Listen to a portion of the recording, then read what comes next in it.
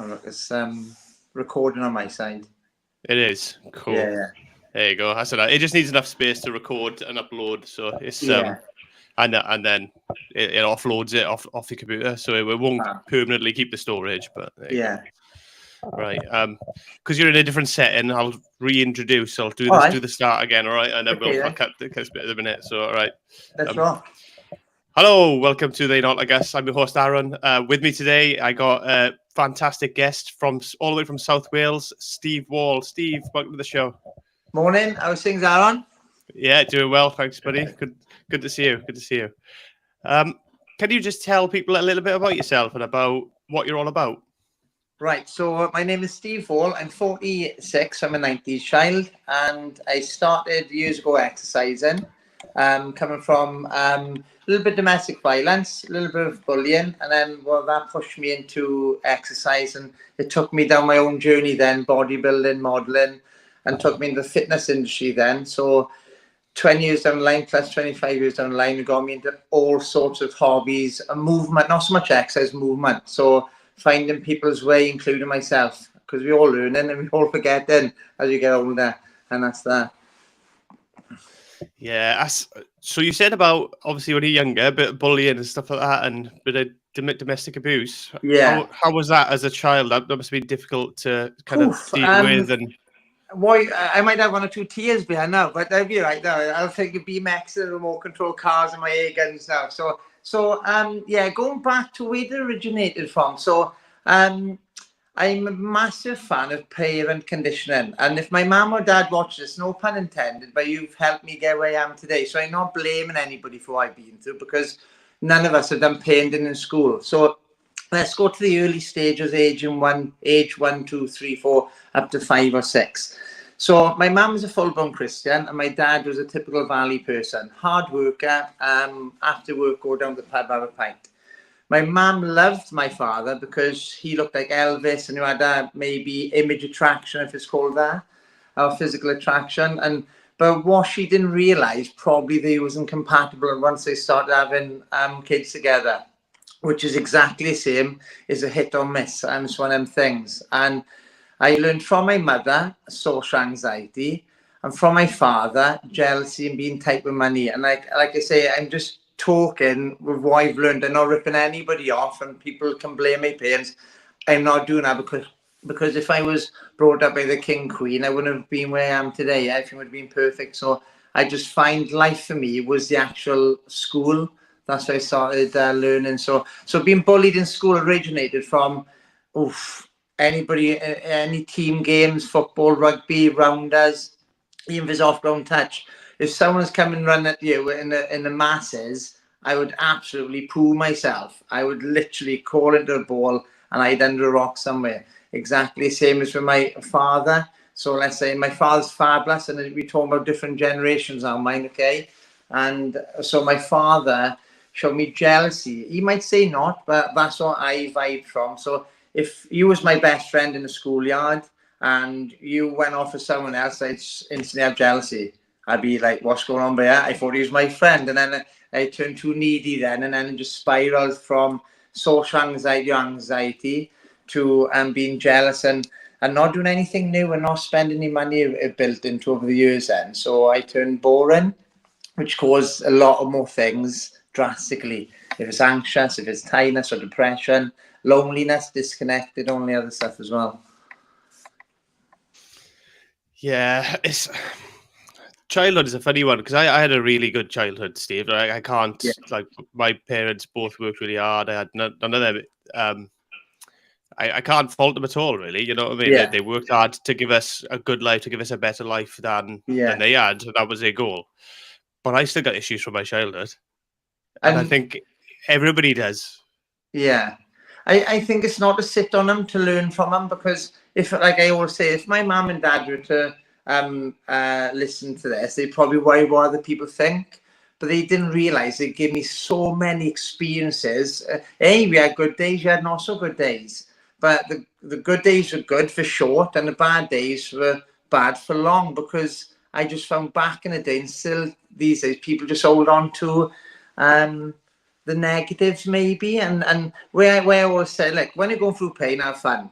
So if you're going through a breakup, if you like remote control cars, go and take it down Lidl's car park or stuff like that.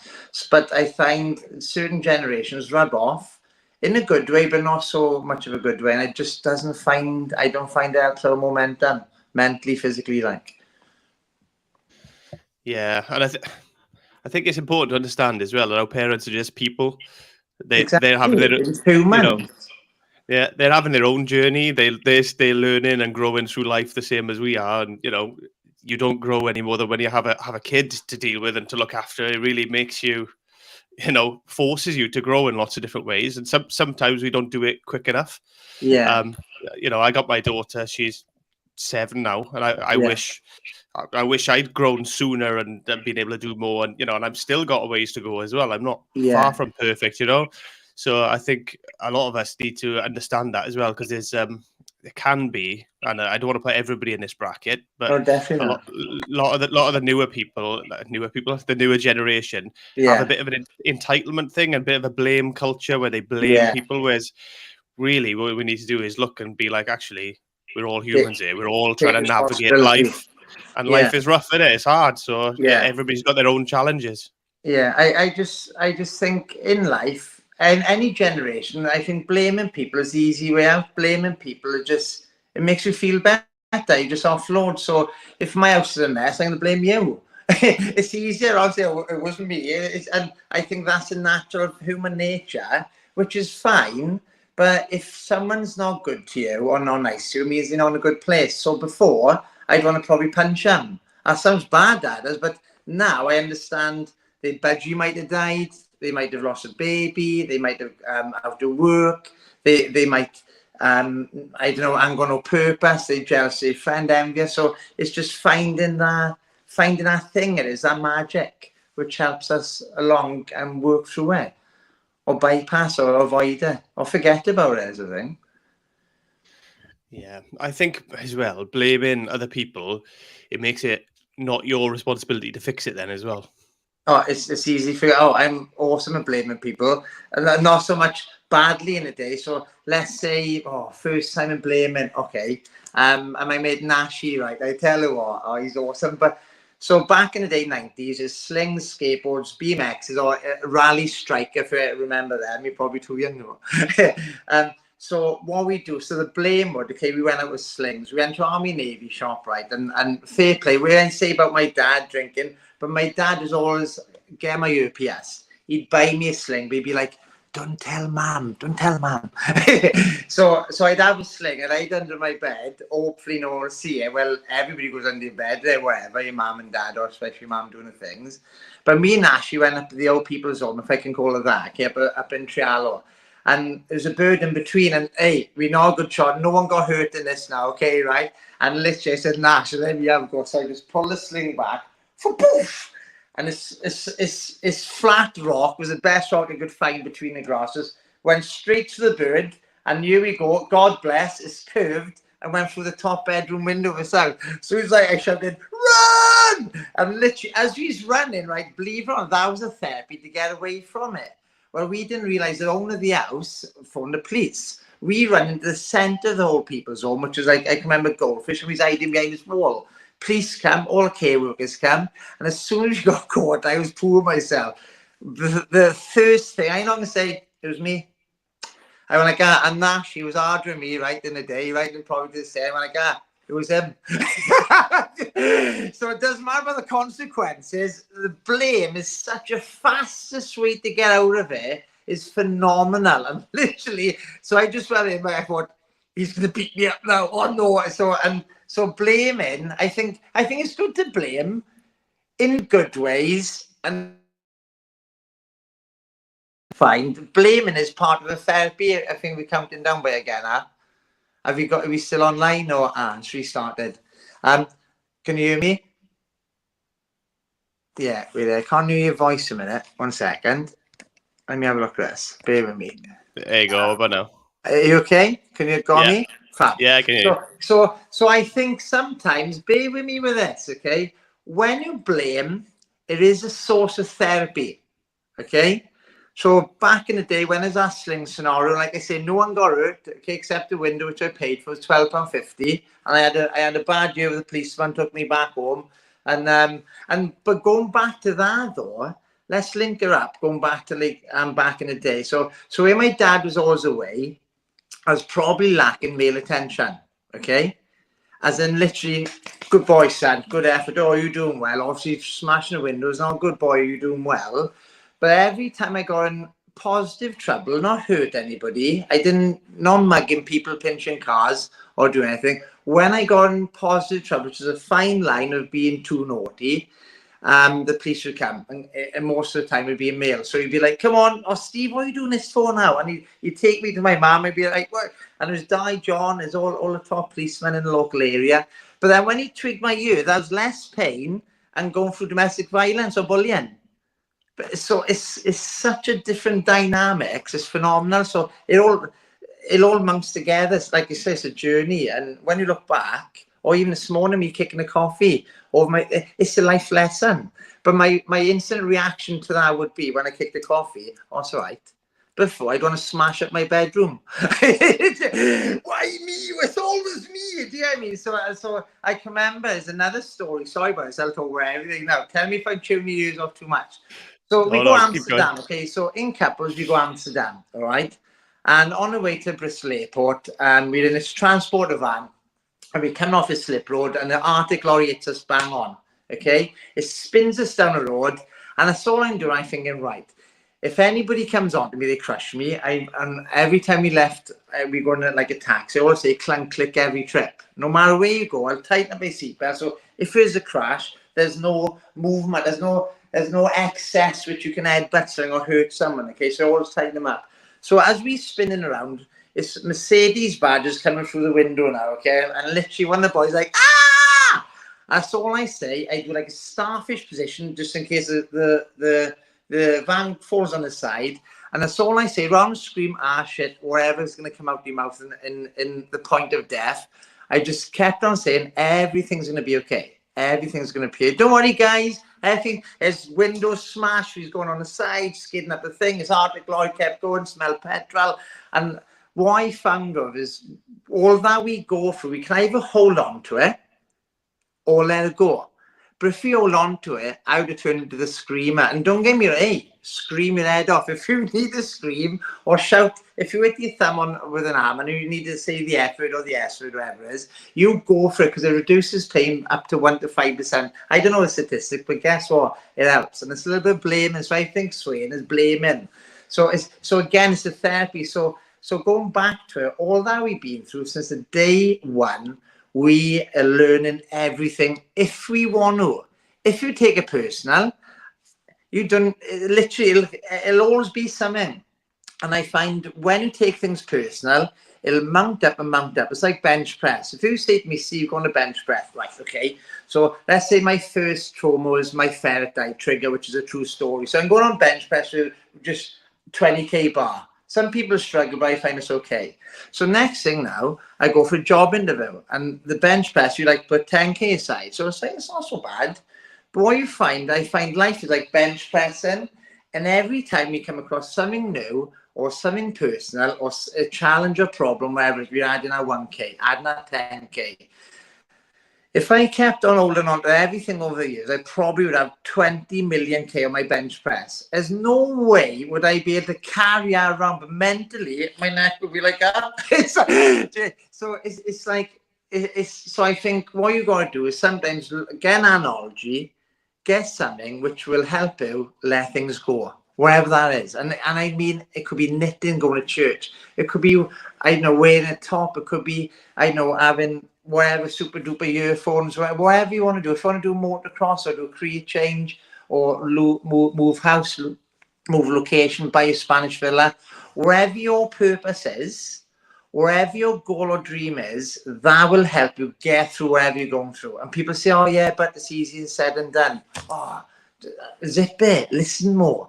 So what I tend to do with people or help people, you got fitness goals, personal goals, and life goals. So fitness goals, it's not worth me saying, Steve, I'm going to lose weight by next Wednesday, because I train anyway. I'm wasting my time. I found if I was doing Mr. Wales now, it'd be legs Monday, chest Tuesday, and Claire would be like, "Oh, should we go for meal Tuesday?" No, I got chest. It's so it'd be so fixated on that. So my fitness goals will fit into place no matter what, because my lifestyle is based around myself. My career is a byproduct of what I do on a daily basis, and people just come to me for advice and support and accountability. Personal goals are a little bit different. So personal goals would be more like, right, I need to do my motorbike test. But if you're too fixated on bodybuilding, you're not going to ride a motorbike when you train legs Monday, CBT and stuff. Then there's another thing after personal goals. I think it comes of age, is life goals.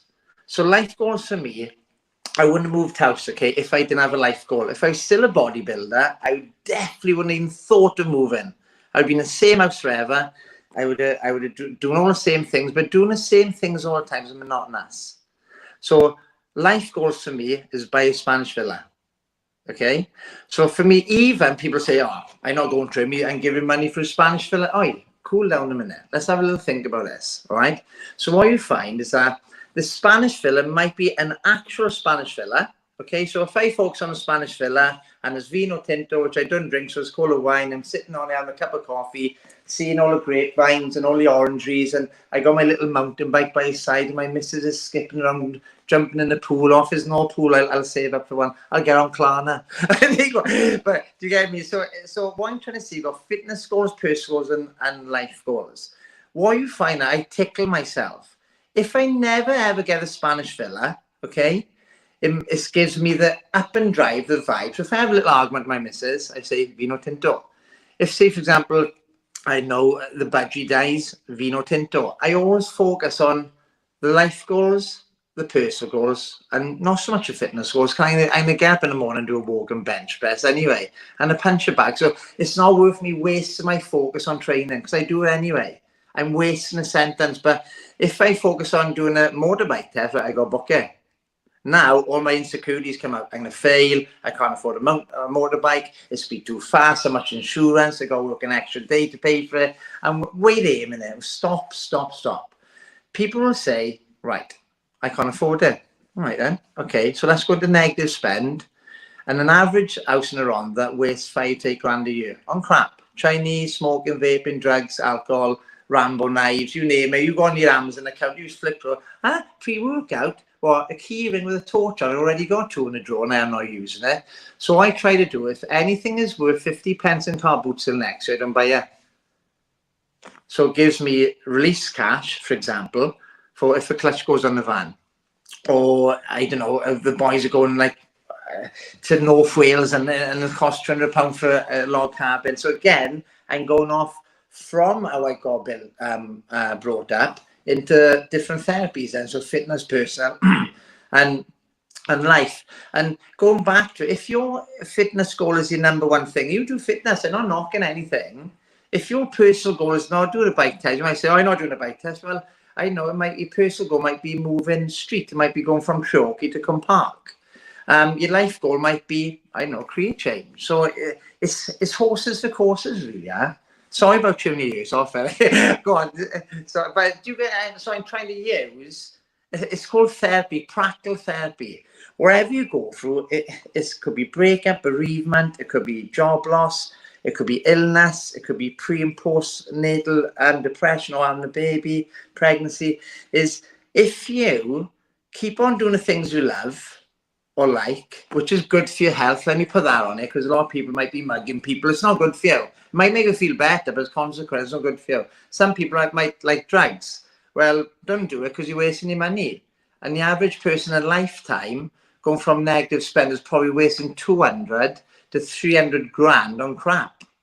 Well, I'd rather holidays, super bikes, Rambo knives, date nights for my missus, spa weekends, change houses, vino tinto, because a vino tinto is only under 50 grand. People say, I can't afford that. Well, 20 years ago, if you cut down on your Chinese and crap, that's probably 100 grand. Over the next 20 years, you cut down on your crap, not stop, cut down on your Amazon spas, another 100 grand. So that's 200 grand in your back pocket, not literally in your bank, but if you've got a life goal, your cash or your energy is going to. So if you have an argument with your friend, vino tinto. If you have a lose your job. Vino Tinto. If you don't get your best PB on the bench press Monday, Vino Tinto. So look at the bigger picture.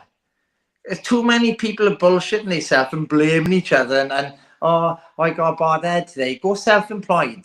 No, you bad head. You'll work 14-hour shifts because you know you got Vino Tinto or whatever. So don't forget, I'm not telling people to buy Spanish Villa, but if I never get Spanish Villa, my vibe is phenomenal. It's phenomenal. It is amazing because I wake up like peace of mind.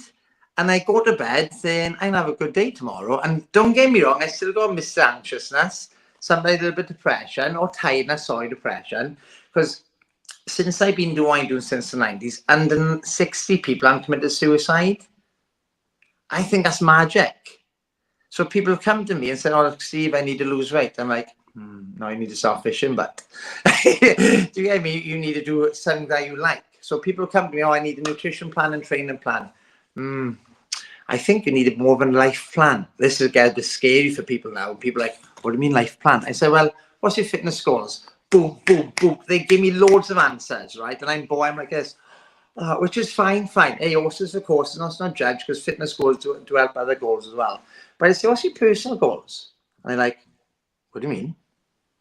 And I said, let me ask you another question. What's your life goals? What do you mean?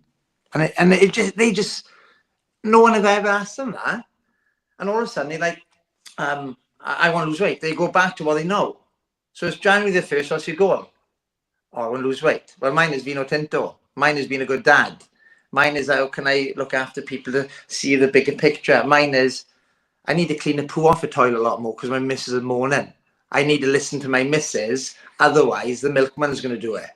So if I don't do the dishes and don't help out around the house, don't do the hoovering and don't do the things which my wife or my children see, I'm creating a rod for my own back long term. So wherever goal you got, if it's finance, if it's relationships, if it's career, if it's personal life, fitness, juggle it up a little bit. Don't do the same goals all the time because guess what? It gets boring. Do you understand, Aaron? Yeah, and I think, a lot of these fitness goals that people have, and the weight loss goals and stuff, they're superficial because they want them goals because they want other people to see them as doing well or looking good, and it becomes that superficial thing rather than an internal thing. Yeah. And I think it's the internal thing that's the most important. When you say superficial, what do you mean by superficial? I mean, a lot of it is influenced by exterior stuff. So it's what other people think of them rather than what they think of themselves. It's not always all that, but I think some of it is what other people think. And I think as soon as we can remove that worrying about what other people think and start concentrating on what we need to be, to be happy and healthy, I think that shift in focus and that mindset is really important because I've lived that life where I was more worried about what everybody else thought than what I think about myself or what I want, and I'm trying to fit in all these different boxes to please other people, being like a bit of a chameleon, really, trying to fit whoever I'm around and whatever they expect of me, rather than just going, well, I don't fit that box. And, I'm not a square. I don't fit in a box. I'm more of a squiggly line that just goes everywhere. So just tough. I am who I am. It's interesting, isn't it? Yeah, and until you own that you're different, that you don't fit, and everybody wants to put us in boxes. I mean, I do it because, like, when you meet people, it's just natural. You just, your experience with them, you say, oh, that's this type of person. This is what they do. Yeah, but it happens all through school, doesn't it? They make us conform and fit into boxes, and then you go to work and you fit in a box, and our family expect us to fit in a certain box.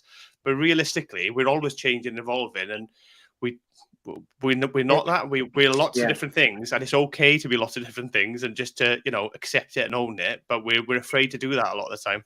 And I think a good thing which you pointed out there, and which I remember, let me say this to everybody: it's okay not to fit in.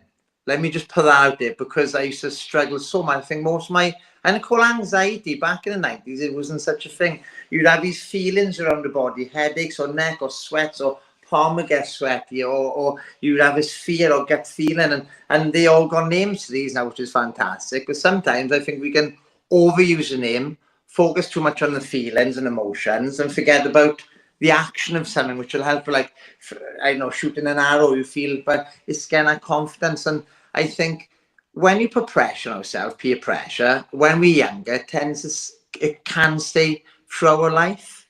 And I just feel that when you're younger, you want friends, you want a girlfriend or boyfriend, you want to be good at riding a bike, you want to have no fear. You watch Rambo, you want to be like Rambo, but when you try and climb out a wall and you run it, then you just look like a fried egg splattered on the side.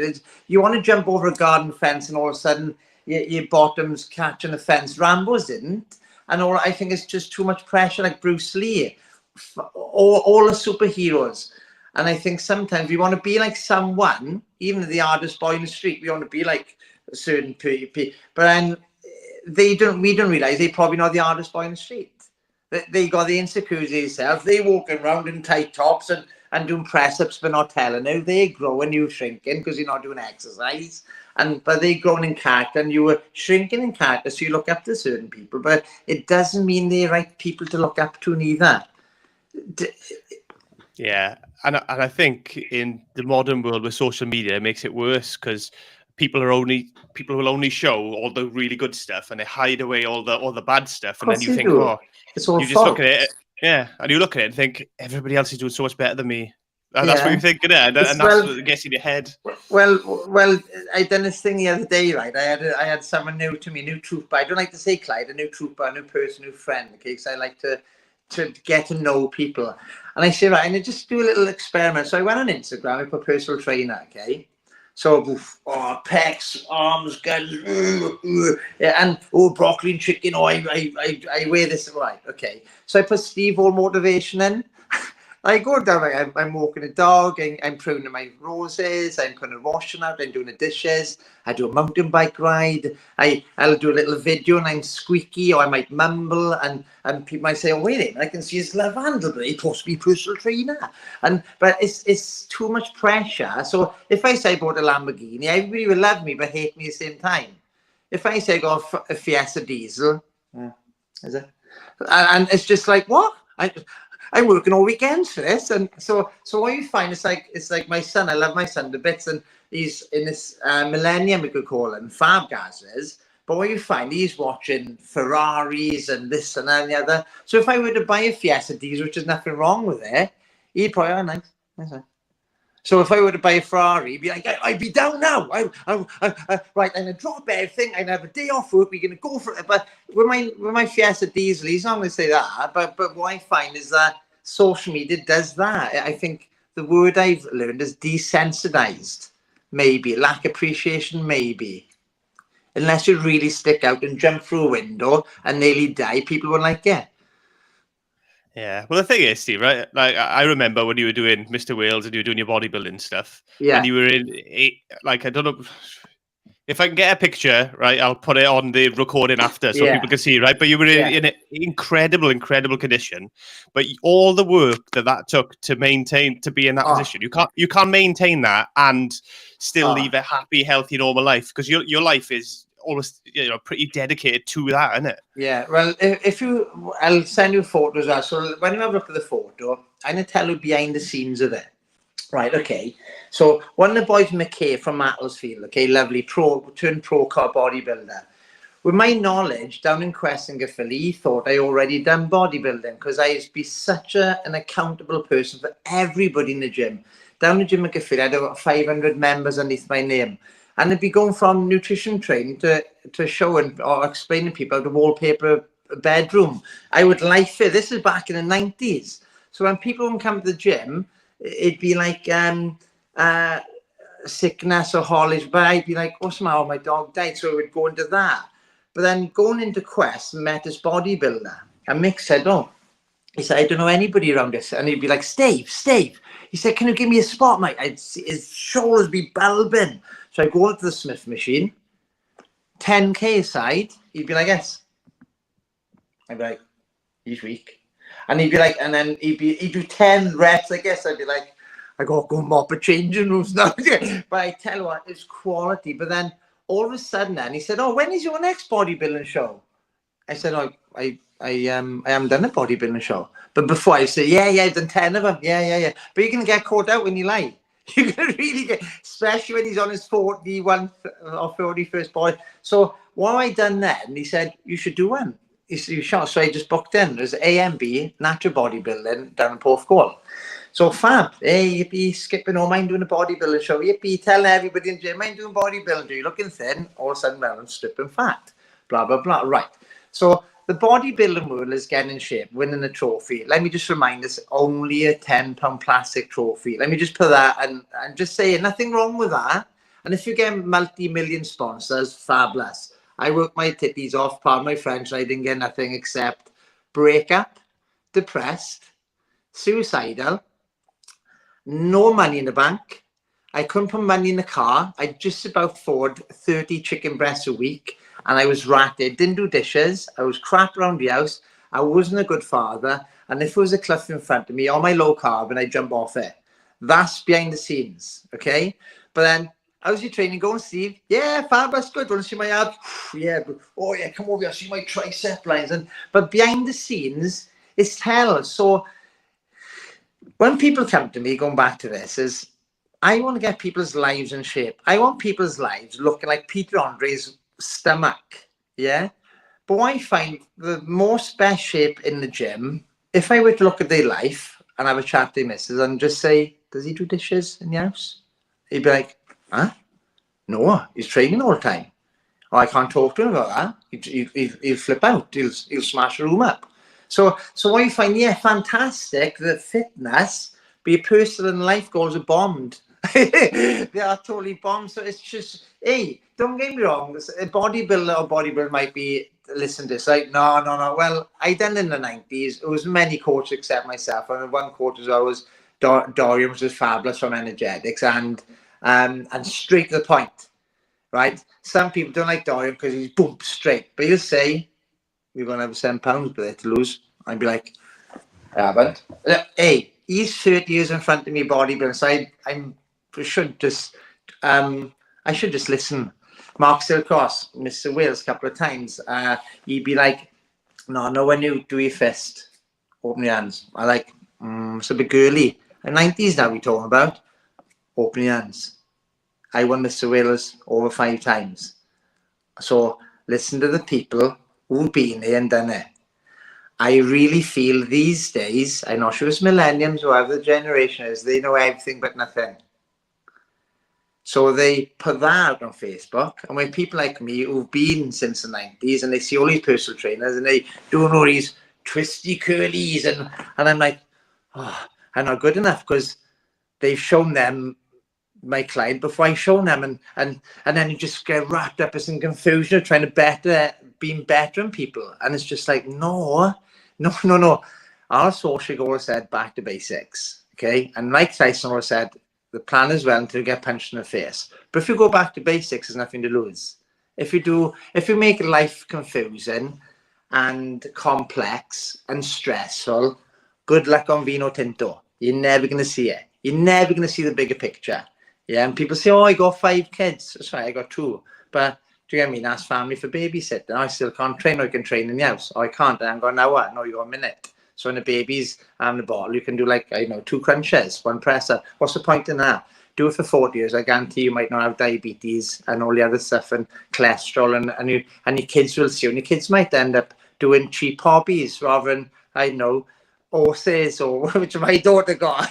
But you get but it's all this thing. So going back into it, so I know I'm jumping things. So going back into horses then, right? If I'm taking drugs and drinking and partying on the weekend and buying crap, my daughter definitely, I won't be able to afford a horse for my daughter. And not if I didn't exercise, I wouldn't have the confidence. And I haven't got a clue about horses like my daughter. But Dad, you'll go on your horse. Yeah. Ron said, oh no, it's not for me. They just say a lot of money. I can't go do that now, Lex. But if I done that to everything new she asked me, what am I teaching her? I'm going on a horse, and if I do get thrown off, right, and get bent over a fence, I'm going to say, 10 out of 10. Hey, Neil, let's go. And so I won't be like, oh, I'm not going to do that again. Oh, no. But it's all a lesson. So if I get on with it, it's okay to fail. It's okay to be crap at what you do. But do not not try. Doesn't matter. And if it's riding a BMX, I can remember riding a BMX, right? Well, no, I was running with a BMX. So where my mother would say, "Oh, don't run down the hill, Steve. Don't have that BMX. It's dangerous. Don't go in now. Don't go bother Nash now, because you'll be on the stunt pegs. The brakes are all going downhill, and you go down jean shop window. There's too much fear." So if I'm going to be a parent to my children, I'm not going to be bored. I'm going to be a crazy friend. So my missus say, "Oh, Lex, be careful now, Lex." And mark out the 10 if you come off. I don't want one mind. I'd rather go into A&E. I want a good off. So if you're going to fall well. Yeah? And come on and get back on yours, get on with it. And it's just learning lessons, you know what I mean? So all that we do, if we talk and doing, I think it's learning. There's so many avenues we can go off, Aaron. Yeah, it's I grew up in the same way. I don't know if it's a cultural thing in the valleys, but my mother and my gran and everybody are always like, "Oh, don't do that, don't do this, don't do that. It's too careful." And I catch myself doing it. I have to like train myself out of it. To be fair, because I've been guilty of doing it with my daughter, but I do try and like consciously to like encourage her to do stuff and just show that I'm there to support you if you need it, but you should do these things. You should try it. I'll always be here if you need me, kind of scenario. So like when I used to panic when she was like climbing stuff in the park or whatever. Like we've got near where I live, we got like almost like a grown up park. It's like almost for like for older kids. Awesome. And like she's climbing up this like I don't know 15-foot Like high, 20-foot high after the slide, and I used to panic like hell. But now I'm just trying. I've kind of trained myself out of it, and I'm like, I'm here if you need me. You can do it, rather than be careful. It's you can do it. Yeah. Put your foot on that one if you're struggling. Try and encourage it rather than shut it down. It's important to let them find their own way. I got a little story, Alexa. She had stabilizers, and I just probably me being Steve or my daughter should be able to ride jet skis, abseiling, motorbikes at the age of 2. No, it's not going to happen. But you put too much pressure on you if you do everything as well. But it's this little story, and it's a true story, so I call it stabilizers. So we go down to Astrid Park, it's called a melon field. And I'm working out in my head, right, she's doing this, she'll do that now. She's right, the tyres are up, the brakes are working, there's no squeak on them chains, I've oiled the chain, I've cleaned the bike, it looks perfect. And it's like, that's just my cup of coffee before we go stabilising and riding. So you go down, I say, right, let's make sure you do this. I put my legs on the tyre so she doesn't go, get used to balance. And I could feel again a bit agitated. This is the best question you need to ask your little ones when you do stabilising or riding a bike. I went like this, Lex, what are you going to do to be good at this? Dad, you need to be quiet and step aside. You're talking too much. Hey. So I step aside and I give her the right down. What? Don't go on the green, don't go on the thing. There's people down there, there's dog poo over there, blah, blah, blah. There's a jagged fence at the bottom of the football field. Dad, stop. If I said anything else, she probably would have swore. This is age like 8, 9 now, okay? So I was like, yes. So my heart was, it's like, I'll do it for her. But she's not learning. She goes off down the tarmac road and then she does this, straight onto the football pitch. I'm thinking, oh no, maybe she's going to go through dog poo. She's going to cut up the field. The football coach is going to penalise me, blah. And all these fears. And I tell her what, zigzagging. Dad, how do I stop? Just keep going, babes. Aim for the fence. So I turned on to a parent. I turned into a crazy friend. Just keep pedaling, Lex. Aim for the fence. Press the brakes, get your feet out. And so I think what I've learned, even when people come to me, let them do what they want. I can give them a nutrition plan and training plan. I will be accountability, but if I'm right then, 200 grams of protein, you got 250 grams of carbs, make sure they're slow sugars, 8 hours kept, 2 liters of water, and you do nothing for 12 weeks. It's like, what? And so what I do now, when people come to me, I going back to like the stabilizer phase, is that I don't parent people. Because if you're an hairdresser, you're going to judge me by my haircut. If you're an English teacher, you're going to judge me by my punctuality. The full stop, so I think we can condition wherever we are by our career. I just turns boring. I'm not a personal trainer, life coach, my missus in the house, or my daughter. I'm 90s Steve. I'm crazy Steve. So I would be, oh, you're mad. I'm not mad or crazy. It's not that, because I don't really care if I break an arm, if I'm going to go and jump a wall. I really don't care, because normally I haven't. I have now and again, but I haven't most of the time. And I think it's a life lesson. So if you're going to a wedding, I'm the first one off, the first one on dance, or last one off, and I dance so crap, I look good. I really don't care. So someone give me a jet ski and I'd go over, right, what's the start button? Right, okay. Do I need a life jacket? I'm not going to swim in it. Yeah, go. So I'm just going to press turbo, supercharge, and the Yamaha jet ski. That is where the fun is. Shouting F-U-C-K going across. Do you get it? It's like, ah! But when you have that fun, I don't focus on my exos, me settee. I don't focus on Alexa coming off. I don't focus on coming out to school and no qualification. I don't focus on not being asked to be in goals when I was in junior schools, and all this other traumatic life experience and lessons which you forget about. So I sit on a settee for 46 years. I'd be depressed, suicidal. I'd be definitely 3 or 4 stone heavier. Definitely. Because I said most bars of chocolate I've had in one day is 22 bars of chocolate after Mr. Wills. I may as well have had 22 bars of chocolate over the 12 weeks. It won't affect me as long as I keep to the plan. And I think you just got to find a system. And the system is do what you think works. Or Bob down the road, not Arnold Schwarzenegger. Learn from people. Take what you think you can relate to. But I don't want to be Arnold Schwarzenegger. Definitely not. I won't mind his money, but yeah. So it's just it's being you. It's finding you. Yeah, and it's finding that balance in your own life, in it. That, like I Of say, course, right. what works for you. Like I say, your fitness goals, your life goals, and everything, and balancing it all out together. Yeah, It's good, and that looks different for everyone. But we try and say that everybody has to fit in the same box, don't we? Like you say, yeah, with the personal training and like the stuff that you see online, it's yeah, all, oh no, you know, you have to have your macros right. You have to do resistance training 3 times a week. You have to do your cardio. You have to get this right, that right. You know, to yeah, get lean, and you have to you have to have your body fat below this, and all that kind of stuff. But yeah. that's not for everyone, and that's not going to No, make everyone happy. And that's ultimately, if it's going to yeah. make you miserable, then why are you doing it? It's because another story as well is like, hey, it's let's say the macronutrients and all the posh words and the carbs and proteins and fats and zigzagging and fasts and all the other stuff, right? So if someone comes to me and they're age 40 plus or 30 plus and they've never lose weight, okay, they've never been happy within reason. They come to me, right, and they let's say they drop 3 stone in 6 months, just saying, their partner's going to accuse them of carrying on. Their partner can be so insecure because there's so much of a change within 12 weeks to 6 months. Because I say, if someone comes to you, what's home life like? What do you mean? Well, do you get on with everyone? Well, to be honest, well, if you low carb for 12 weeks, you're definitely going to break up. You're going to be moving with your parents. I guarantee that. I ain't going to be doing that. I will be saying, right, before you do the low carb plan, which you're not doing anyway, you need a date night. You need to book a spa over the next 4 weeks and have some fun we ever have. And then all the excuses come in. Yeah, but we haven't got no money. How many Chinese do you have a week? 3? And 4 bottles of wine. On your vape. All right, wait a minute.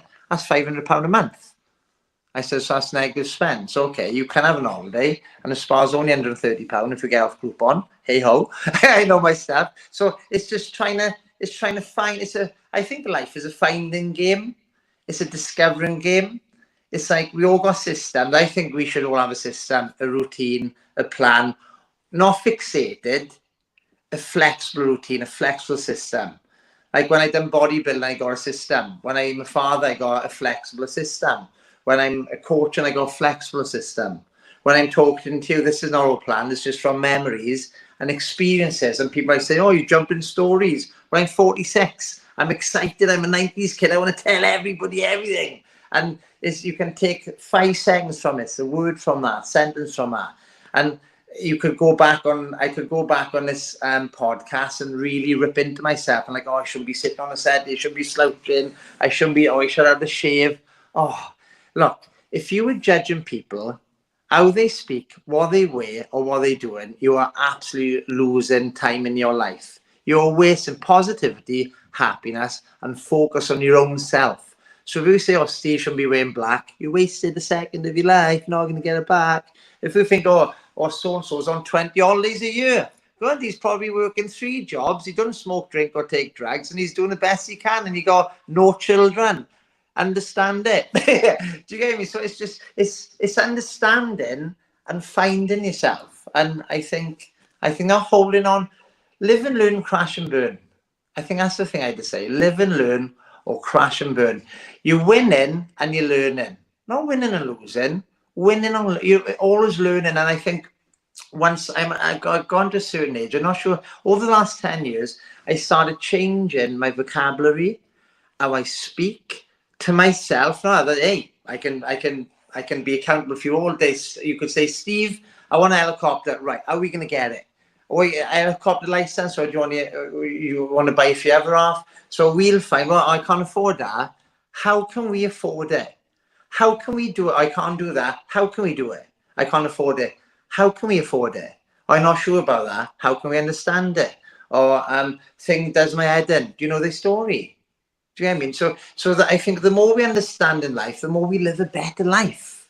Like, we don't know when our time's up. And it's not being deep. Back in the 90s, people say, oh, Steve, you wear your life on your sleeve. Right, okay, what's wrong with that? What's wrong with talking? Like, the chat is the most important thing a human being can have. It's called connection. And what you find in valleys, maybe, and probably deprived areas around the world, people pretend they're something they're not. They pretend to have the Ferraris and have the money and have the biceps and the abs. It's all materialistic stuff. Hey, if it helps you, do it. It also, if someone has a Ferrari, I'm so chuffed from. If someone got a nice watch, I'm like, if I go on an aeroplane to Gran Canaria and I see a Seiko Arnie, and I'm like, nice watch, bud. If I see someone wearing Crocs, I'm like, oh, I love them Crocs. Some people don't like them, don't shout at me. If I see someone who got like a certain baseball cap, or they film and they got an Osmo 3 camera, I'm like, nice camera, buddy. Or if it's a girl, yeah. If someone goes past me and they got a, I don't know, a nuke-proof megawatt e-bike, I won't say, oh, he's lazy, he got an e-bike. I said, nice bike. Cashmere Forks, I love her. £177 a month for 5 years, I got one. So it's just understanding. The more you understand, I think the more, even I'm driving down the road, I'm spotting a ginger cat on the thing, and the number of the house is 17 with a green door. That is detail. It's detail. People are going to work like this. A to B, 9 to 5, A to B, breakfast, midday, drink my water, do this, do that. When's the last time you had fun? Huh? What's that? Autopilot. So I find when you find yourself, I think you're more open, your eyes more open, you can see more. I think sometimes I'm on a set with my wife, I'm on a phone, I think, right, pardon my French, boobies or phone? Well, first option, please, because the phone is going to be there forever. My wife ain't. A lot of people I coach, their partners have passed away. And another thing, regret. Oh, I coach so much regret. It's sad. Amount of times I've been in tears and thinking, oh, my life is okay. Or sometimes my life's a bit battered. But not battered. Gratitude. Appreciate what you got. Do what you can before you can't. And this is what I'm trying to say to people, guys, gals, one day you won't have a time, one day you won't have the finance or the ability, and you don't need finances to go for a walk. But I guarantee you, when you go for a walk and you have that fresh air, your mind opens up, you think, wait a minute. And especially got a coach like me who goes through different systems, think, I'm washing dishes this week for my missus. Right, and I text my missus, and I buy a box of chocolates or flowers. She might think you've done something wrong, man, because over here you only do boxing chocolates for birthdays and special occasions. And like, what have you done? Nothing, right? But do you get it? So it's trying to break the mold. Break the mold. So when you go for these walks and I don't exercise for muscles. I exercise to clear and open my mind so much. I don't forget to text Phil Bennett, which is one of my best friends. I don't see him in person. I text him once a month, once every 2. Then that floods back in the 90s memories, the Nintendo, the Spectrum, the Amstrad, the Pac-Man, Jet Set Willy. It's not a dodgy film. It's a game, and all these fun things, and having a bag of chips with Phil, and eating bourbon biscuits, and having a coffee. Being a personal trainer, you can't do that because of no sugar. No.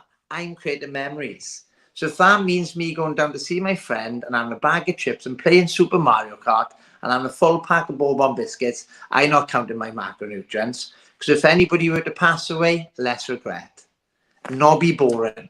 I'm saying, don't get me wrong, hey, eating healthy and exercise is phenomenal. Zigzag a little bit, pull it back in. If you feel you're going off track, you're not. It's life.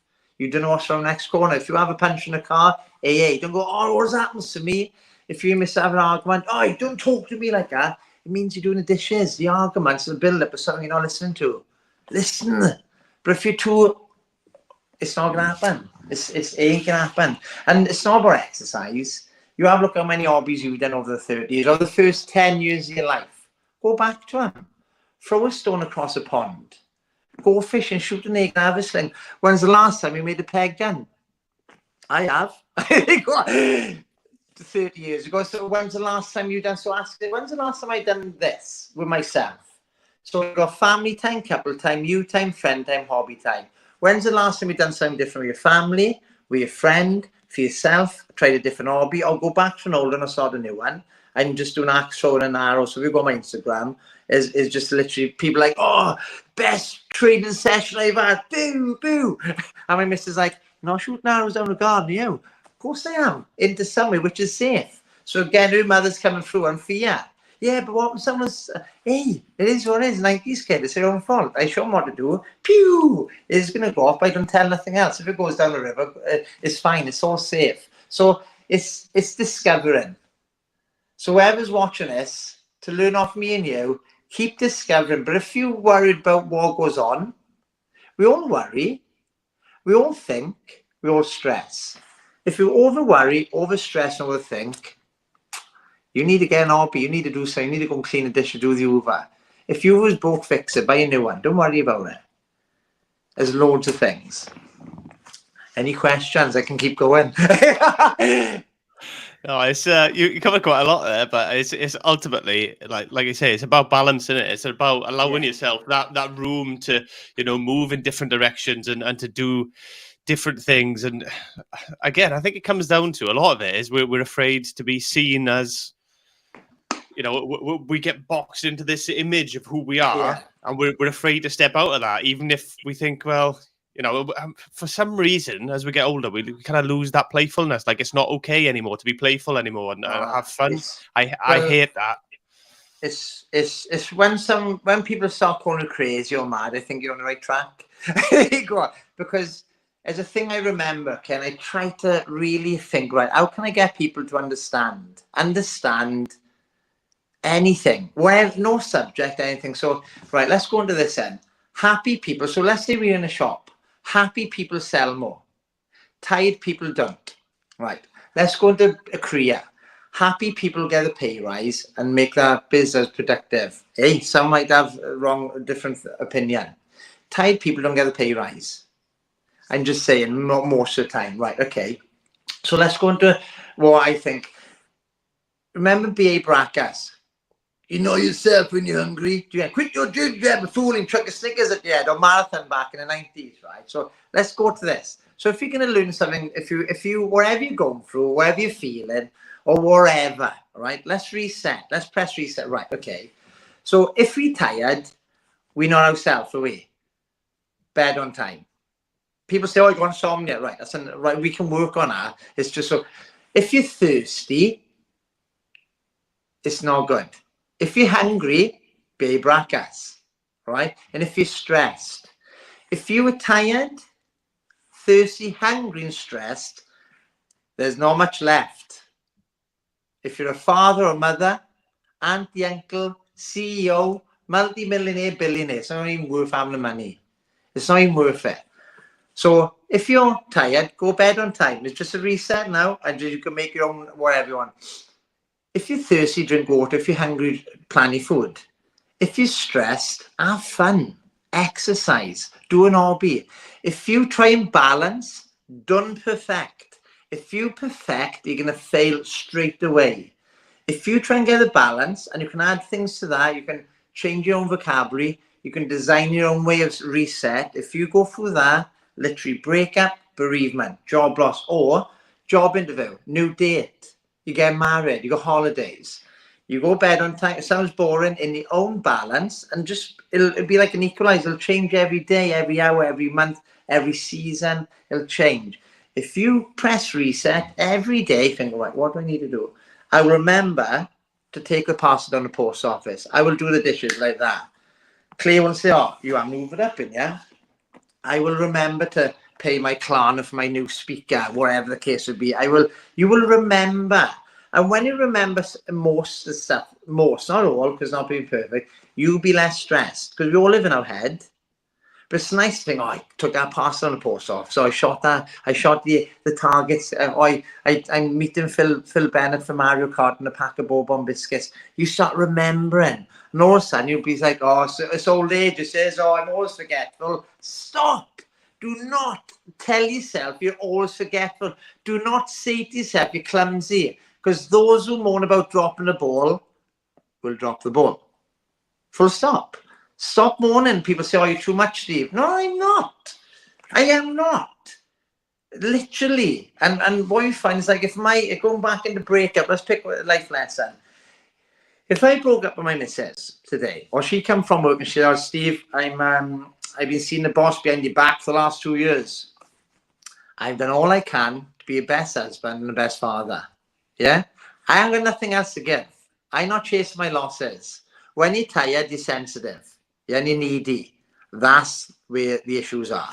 If you start looking after yourself, okay, I have 20 plus years ago, I have gone off track. Life lessons, my grandparents have passed away, breakup, some of my friends like commit suicide and cancer. Or we all got stories and all lessons, okay, all things we've been through. What I've done, if someone passes away, I dedicate a session to them. I will train, I go mountain biking, I'll go for a walk, I'll bomb dive in a lake somewhere, I'll go on a longboard, skateboard, I'll go down the beach, I'll light the fire, or see on the beach, not an house fire, obviously. And so it's just trying to, when you go through pain, what's the solution? When you're tired, what's the solution? If you're not happy in work, what's the solution? If you're not getting in a relationship, what's the solution? If you need to spend more time with your kids, what's the solution? What is it? Find what you need. But don't wait till Monday. Only January the 1st, whatever goals are, or dreams, etc., they need to be every day. Because I can ask everybody who's watching this, right, what's your January? And some people say, oh, yes, Steve, I've done this, I've done that. What's your New Year's resolution? And he'd be like, lasted 4 to 6 weeks. And I didn't have one, to be honest. So just live a good life. Well, have you done anything since January the 1st? Have you flown a kite? Have you had to go with a jet ski? Have you done a career change because you're not happy in the last 30 years? Have you polished your shoes? Do you wear Under Armour socks? What do you like doing? What is your self-care list?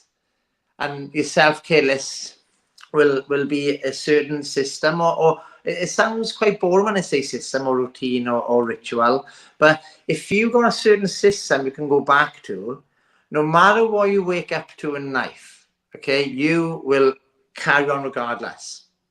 And people say to me, Steve, my rabbit died, or it's work's not going to plan, I'm arguing with my missus. Look after yourself. They'd be saying, oh, I got pain in my back, look after yourself. Or, Steve, I've had an argument with my friend, we're supposed to be going on holidays, you all argue, you're not going, look after yourself. Because if you looked after yourself, you're still going on holidays. And you don't know what your friend's going through. It's going back to the understanding. And number one word, before I forget, kindness. Kindness. When you're low carbon for 12 weeks, you're not kind. Do you know what I mean? If you're taking anything personal, you're not kind. If you're sensitive, you're not kind. If you're tired, sorry, I don't think you can be kind. So it's trying to find the system or balance or ingredients. Let's say chocolate cake.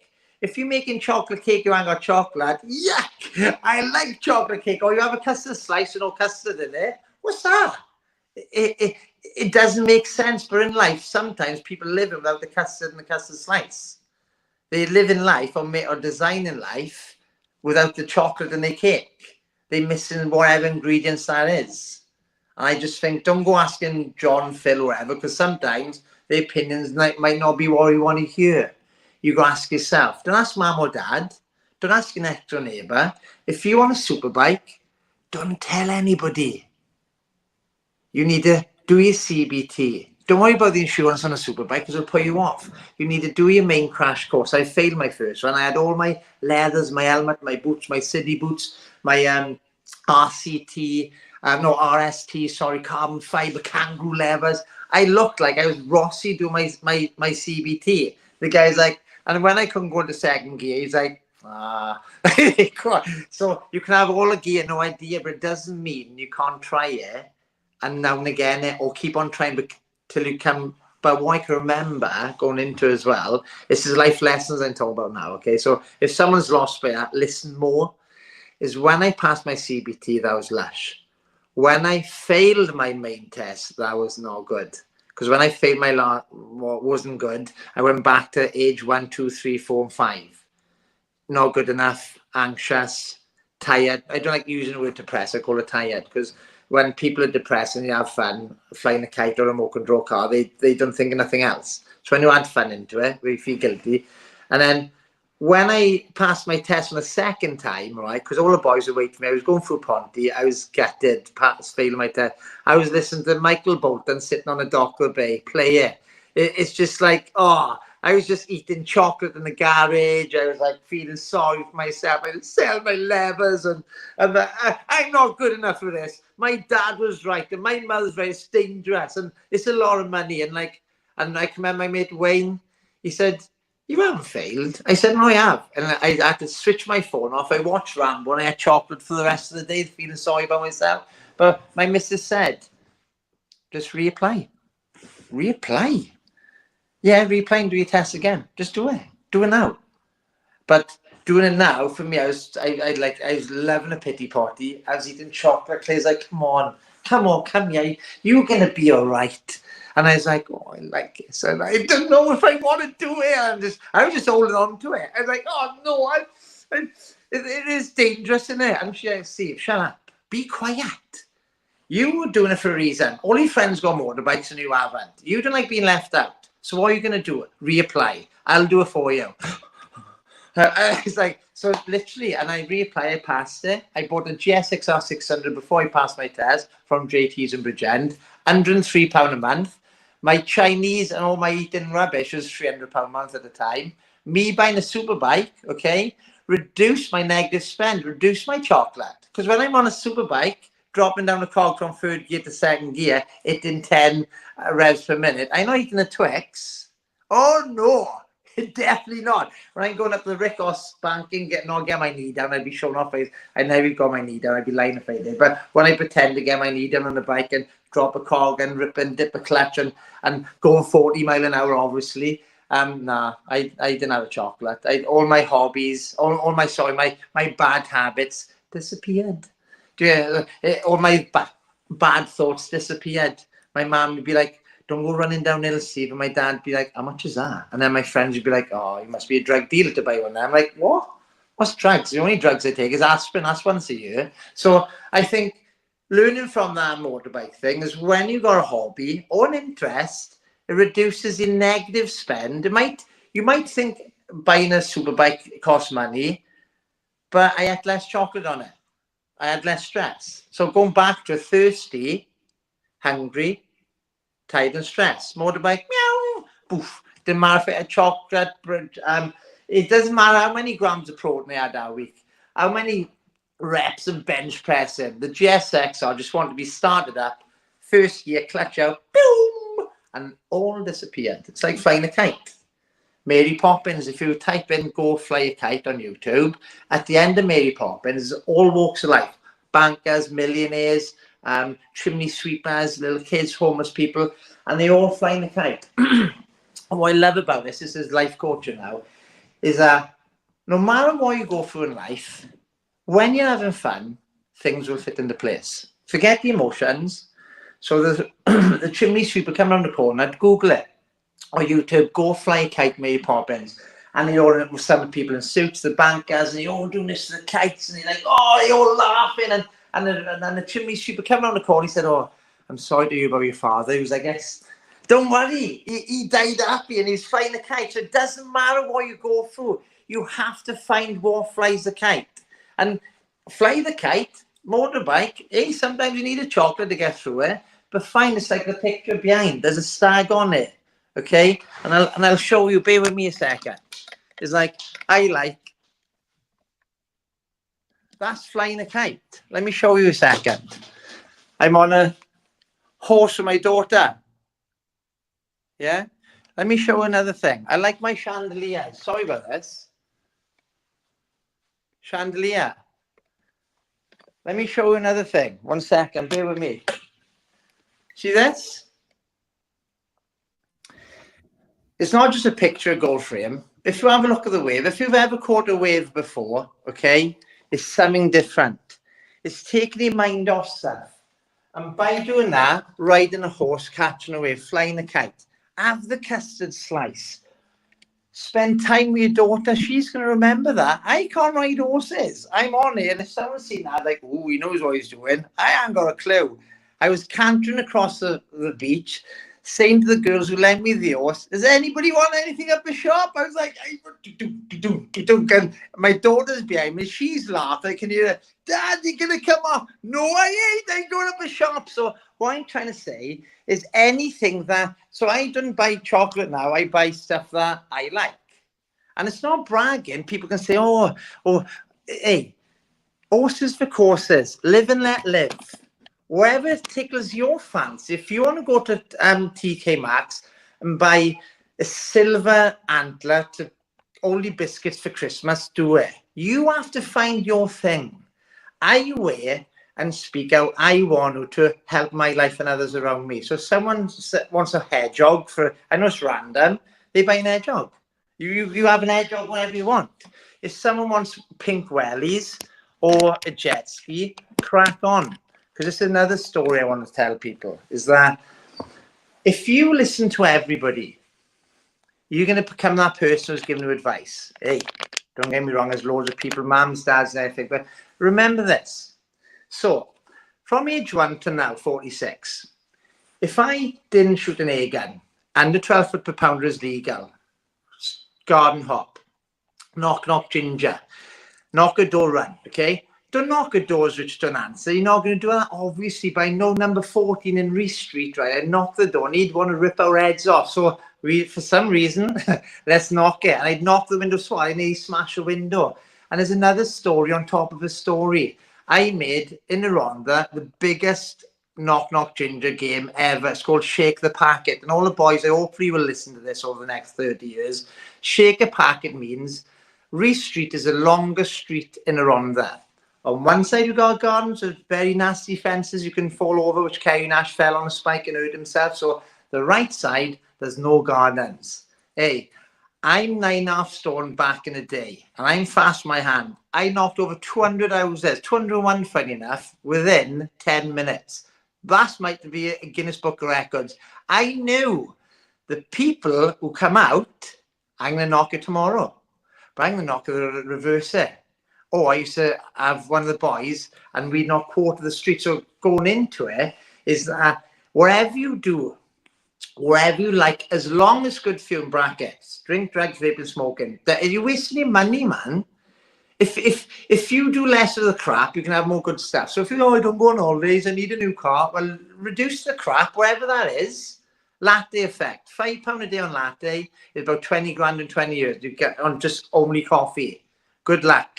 Literally, so I make my own, and hey, I'm not tight. I love a cost or whatever they want to call it. Any coffee I go to, as long as it's nice. But I won't go to a smelly coffee shop, a tacky floor. Definitely not.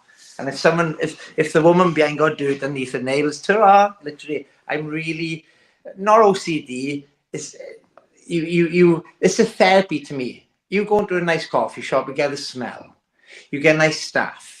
You get it as nice floor, as nice tables, as nice chairs. It's that aura. And all of a sudden they got a millionaire cake and there's one left. Yeah, it's mine, boys. But if the granny next door to me gets it before me, I'm like, oh, I wanted that. And guess what she said? Oh, love, you can have it if you want. It's up to you if you want to make that choice to take it off the granny or be a nice person that day. Yeah, I will, thank you. So but again, every day is a story. You can learn from everything. Everything's a story. I can talk all my life about even sharpening the pencil. There's everything you can look into, which is a lesson. Literally, if a pencil sharpener wasn't sharp, what am I going to do? Either resharpen it, get a normal thing, sharpen on the sharpener, so I'm put it back and it's going to sharpen my pencil, or buy a pen. You're never going to run out. Well, 3 months down the line. So there's always something to look at the bigger picture, I think, Aaron. That's why. So I know I talked a lot, but I'm 46 years and trying to I want another. Let's go till 9 o'clock tonight. Let's all have a cup of coffee and get custard slice and just talk our lives away. But yeah, any questions or anything, Aaron? No, I think you're right though. It is that bigger picture, and it's that getting that mindset right where we step back and look at our lives, because we get lost in that minutia, don't we, of just day to day life of just I've got to go to work, I've got to do this, I've got to do that, and then you don't actually step back and go, well, why am I doing it? Because we're working to have money to live and enjoy our life, but if we're not doing that because we're so stuck in everything and not enjoying the little moments. So what I find is I've been guilty of it, and a lot of people are guilty of it, is they're not we don't enjoy the little moments in between this stuff. No. So like even at like when you're at work, people are not enjoying it. No. Like there's moments at work that that you're interacting with people. There's moments where you can enjoy it or look on the brighter side of stuff, even when it's difficult. Actually, I think when things are difficult, it can bring you together even more. Actually, sometimes you have a bit of dark humor maybe to get you through it, and you got to. I know a lot of ambulance drivers and fire brigade and police and stuff like that, and all walks of life, and it's not all about trying to be perfect with speech or being positive as well, because negative, believe it or not, helps us. If I was positive, I'm not happy all the time, definitely not. Because I want, sometimes I'll have argument with my missus and she'll tell me straight, she says, Steve, you don't pluck up your ideas, you're out. Well, that day, I've reset. Do you know what I mean? I'll do the dishes, I'll put the washing out, I'll do this, I'll text her. If you have the toilet roll, I'll go and get toilet roll, I'll clean the toilet, I'll fix the bathroom door squeaking, I'll oil it with WD-40. And literally within that little boot in the face of something or someone, I naturally never used to do it, but naturally do stuff which is good for me. Wash your car, over the car, clean her car, not mine, and mine as well. Her come first sometimes. So it's trying to, that reset button is automatically helping you. Otherwise, if you don't do nothing which is good for you, go to your doctor and say, oh, doc, I've had a busy year, man. And he'd be like, oh, what's the matter, Steve? Well, I'm intrusive thoughts and I'm doing this and I'm not doing anything and I'm finding work hard and I'm not getting on with my missus and I find it hard to be a father. And he's like, try his tablets. And no knocking any GP or any therapist, but the doctor should say to me, cover your ears, Steve, you need boobies. Steve, R6 Superbike. You need a custard slice. You need to shoot the target. You need a bench press. You need to go for a walk. When's the last time you had a holiday, Steve? When's the last time you had a date night? When's the last time you met up with Phil and have a pack of bourbon biscuits? When's the last time you hoovered your van and put tyre lick on your tyres? When's the last time you went for a 4x4? When's the last time you jumped on a horse? That's what should be said or asked. You need to find out what you need or makes you happy, and that's your medication. Because I know if me and you go down the river, not my river, now it's illegal, to a good place where you're allowed to shoot a gun or a sling, and we put Pepsi Max on the other side and you might have broke up with your missus, and let's say my friend committed suicide, for example. You got a Diablo, I got a Black Widow sling, and then you, poof, hit the can before me. I'm like, oh, again. First one who hits this now is a winner. And then boom, yeah, boy, yeah. When I hit that can, poof, it's called DOSE. D-O-S-E. Dopamine, oxytocin, serotonin, endorphins. Find what you're lacking. Google it. The doctors fabulous when we need them, but I just feel the under 60 people who've come to me who haven't committed suicide, and a lot of these people around them, mums and dads, brothers and sisters and neighbours, why go and see Steve Wolford's £40? That's a lot of money, man. They don't realise if they don't come to me, they might not be here by now. How sad is that? Why are you going to the gym for £30 a month? Hey. Why are you going archery for? Why are you going to Weight Watchers for Slimming World or whatever? Hey. Stop stopping people's flow. That's their medication. Yeah, I think it comes back to that as well. What I said about people being in boxes, and we like the people we know and friends and family want us to stay in that box because that's safe. It's We know that's who you are. They care for us. Yeah, but they're also it's not like a mean thing, but you fit in this box, so they don't want you to step out of that box because they're worried about what that means and like what that's going to do for you. So they don't like people to change. It's a strange thing that we want to keep everybody in a box because then that's safe. We know that person then. We know who they are, what they're about, and then if they start doing all these new things, it can be scary to people in a lot of ways, I guess. I think what helped me as well, talking about the box, I never fitted in a box because my nose is bigger than the average person's. And I think sometimes humour, I'll in a group, I say, come on, you bald, big nose, blah, blahs. If you can take a mick out yourself, I can, and I don't take that person. Where I got bullied before on that, or certain features, or you are, or you're too small, or you're too fat, or your nose is too big or too small, or you got brown eyes, or whatever, because we all go through bullying. I think if we can take the mick, or whatever vocabulary you want to call that about yourself, I think it helps people. Do you get? But if someone's negative in the pub and comes on, you say, look, Steve, oh, but you got bigger nose in you. Oh, you're ugly. Sometimes like, it's a little bit too much, but I'll take it on your head. But if I'm tired, if I'm hungry, if I'm stressed, or I'm thirsty, it's going to call Black Eye Friday. So I need to walk out.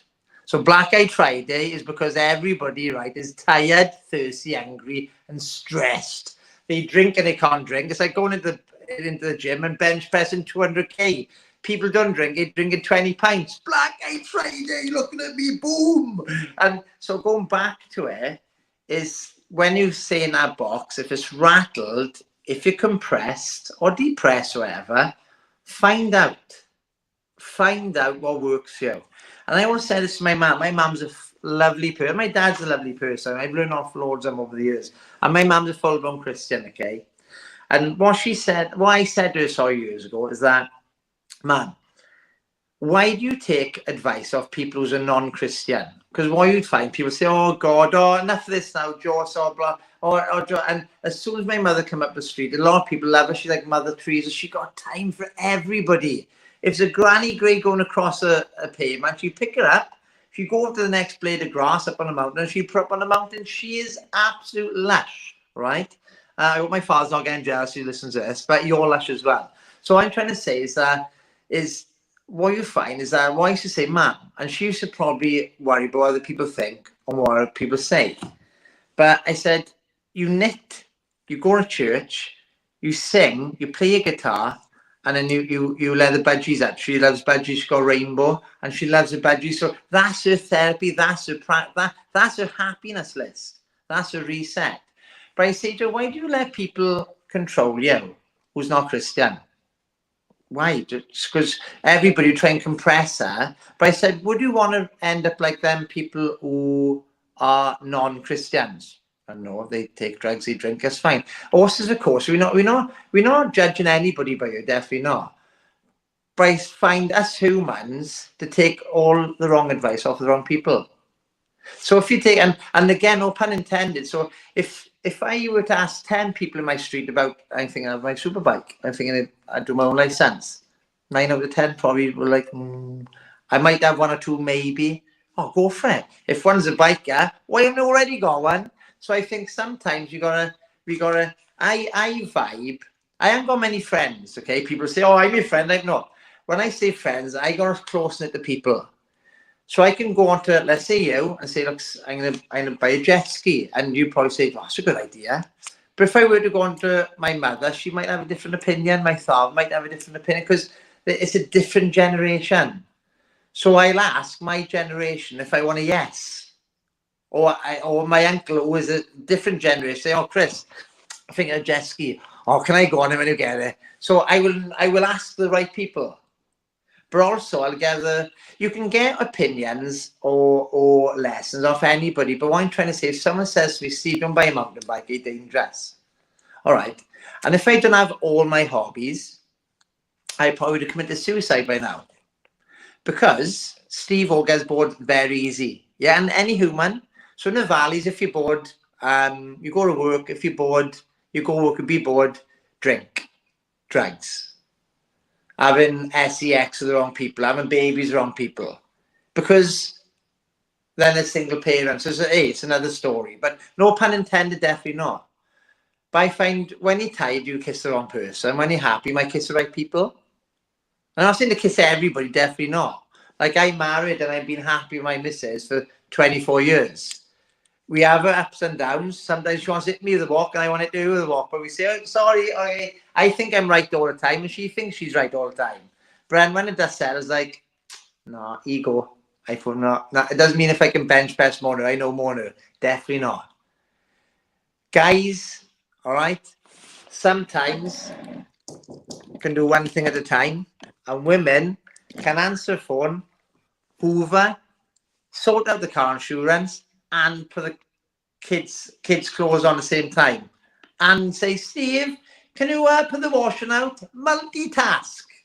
Yeah. So it's all therapy we're talking about. It's all knowing and finding, discovering. And going back to that box you said is that is if we can make our box bigger or break out of it, there's a book called Who Moved My Cheese. I'm not sure if you heard of it. You heard of it?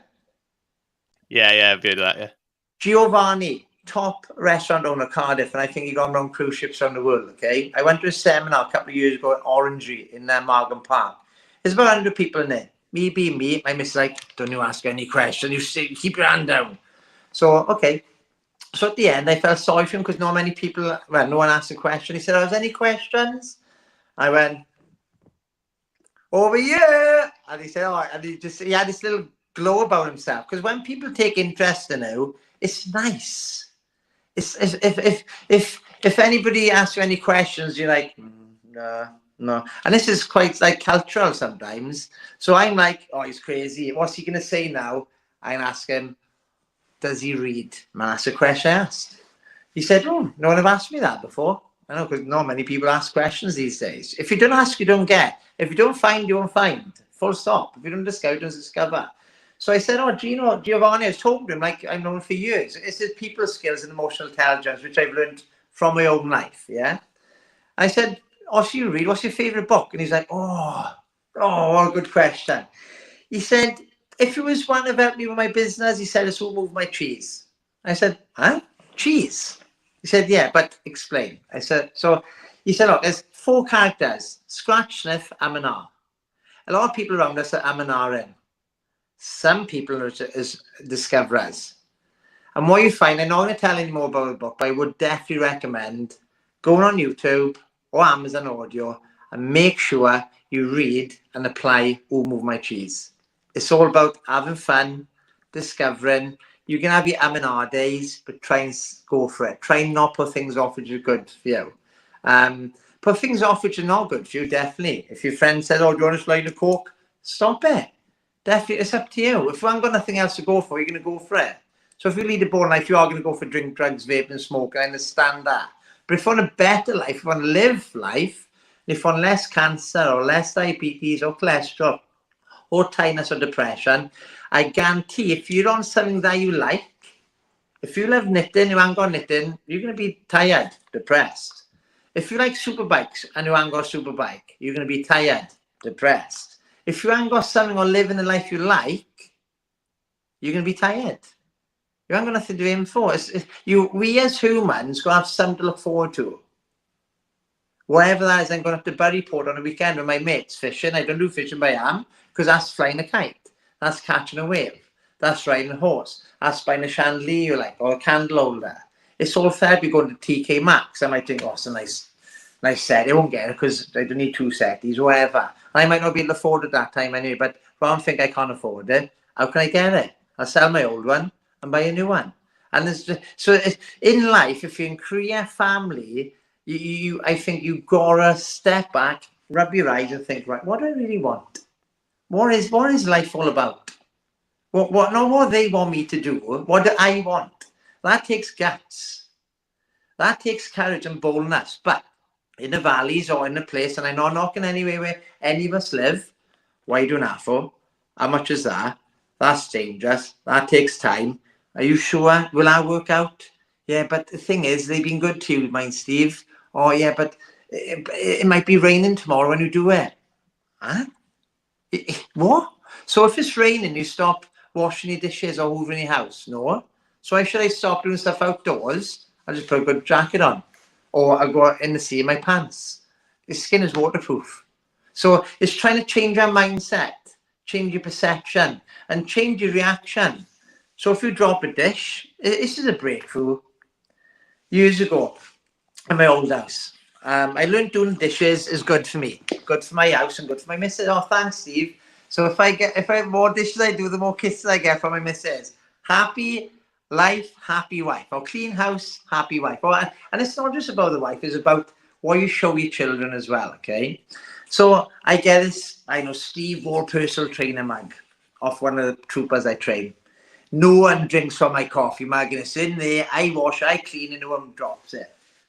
Dishwasher breaks. I clean all the cutlery, all the bowls, all wherever, and I put my cup and my bowl here.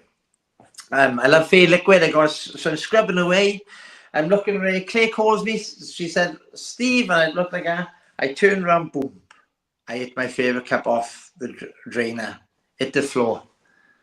Claire's ready for World War, whatever you want to call it. Steve Wall, dipping 100k on his waist, can do 30 dips, can punch bag 10 minutes flat out. I can run around the world through rivers. If someone breaks into my house, I need to say, sorry, but if on a TV you can go, I'm ready for anything. She's like, is everything all right? She's waiting for World War. I said, oh, my favourite cup dropped on the floor. I didn't want her anyway. The reaction, which I never ever, something clicked. As I turned to my right side, I knocked my favourite cereal bowl. It's the first cereal bowl, right? I had Cocoa Pops when I was younger. Cocoa Pops was my champion breakfast. But what I'm trying to say, I put so much value on this cup and this bowl. Something just went inside. I either kick off, jump around the kitchen, stab my feet with all the broken cutlery, or it's all right, Claire. I didn't need them anyway. Get the brush and pan, hoover up, double hoover, triple hoover, because I want my daughter standing on excess glass. And that's it. So something clicked when I dropped that cup on that floor. I don't know what it was. I just felt if my daughter was in our kitchen, she'd have learnt the best reaction is the best reaction. Because sometimes you can't do nothing about it. And I think the best advice for anything, any conversation or argument you get into, I think sometimes the best advice is no advice, say nothing, step away. Because we try and win an argument. We try and win. We learn to have straight days, get a 1 in degree and do that. And we are focused on winning the fight on the street. No, it's being kind. It's step away. Step away. Because any argument I have with my missus, everything I think I'm just going to be bang on, I can even AIA, I think, right, talk back to missus like this. Right, sorry, love, blah, blah, blah, blah, blah. You don't talk to me like that. So in an argument, I just zip it, I walk away. I do the dishes. Sometimes you've got to confront the argument, or when I say that, listen, discuss, communicate, chat. An argument is because you're not listening. The argument is because I told you so, I told you so, I told you so, boom. You're not listening. So if you're tired, stressed, hungry, thirsty, you're naffed. Once you reset, you'll pick up. And it's not being perfect, Alan. It's not being perfect. It's trying to get life. And sometimes it's not having the answer. The best, I think sometimes the best reaction is no reaction. It's just sit down, have a cuppa. Do you know, some people might want to have a tattoo or go and have a pint. I think for me is do something which doesn't cost money and only costs you breath. That's just sitting down, and chilling out. I was training this one girl ever, Sarah, and she had all these cups and all saucers. I love old cutlery. The 1960s, 70s, 80s from Manners. And she had this tattoo sleeve going up her, and she had social anxiety, bless you, and come out the house. So I trained her in the living room. And I'm just nosing, like, I said, why the tattoo? She said, my gran always said, Steve, that anytime, anything I go through, anything if I'm going to answer, put the kettle on. Have a cuppa. And literally she had this phenomenal, I'll try and get a picture of it. She had this phenomenal sleeve where your mother would be like, oh, don't have a tattoo. Your mother didn't realise that tattoo was a medication. So every time she had a bad day, cuppa. Stops everything. Stop.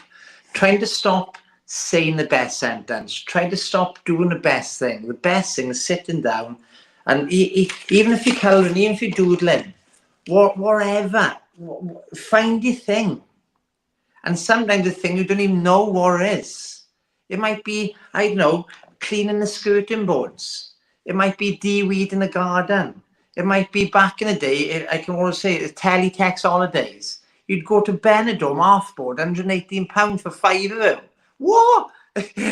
that's just the food trip and the services now, are it? So again, less more and more doing. Do you get me? And I think life is about how we want to live, really. But give back to the community, give back to yourself, show your kids how to live. Don't be boring. I'm not a father to my people. Disagree with me. I want to be a crazy friend of my daughter, my son. I have a line, but I want to be jumping on the swings. I want to be climbing frames. If I fall out of the tree in front of my daughter and win myself, I wanted to see that. I don't say, oh, don't go up here now, it's dangerous. I wanted to show the danger. I wanted to laugh at me if I broke my ribs falling from an apple tree.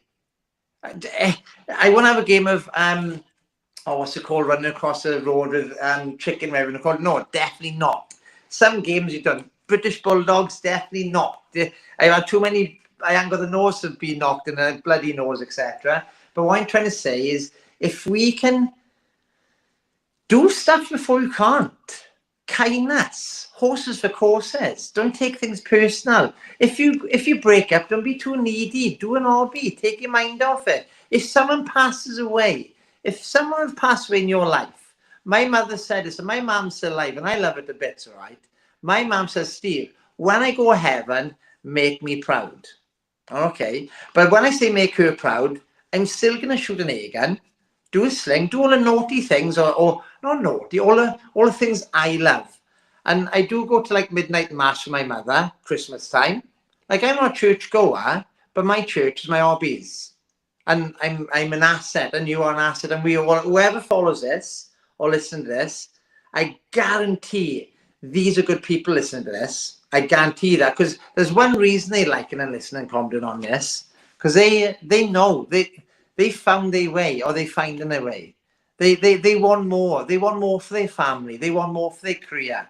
They want more. They'll be the people to have a pay rise or switch careers, or if someone's in a coffee shop and they can't afford a cup of coffee because they've gone over on a bank or the credit card has been blocked, they'll have the emotional intelligence say, without anything, I'll sort this out.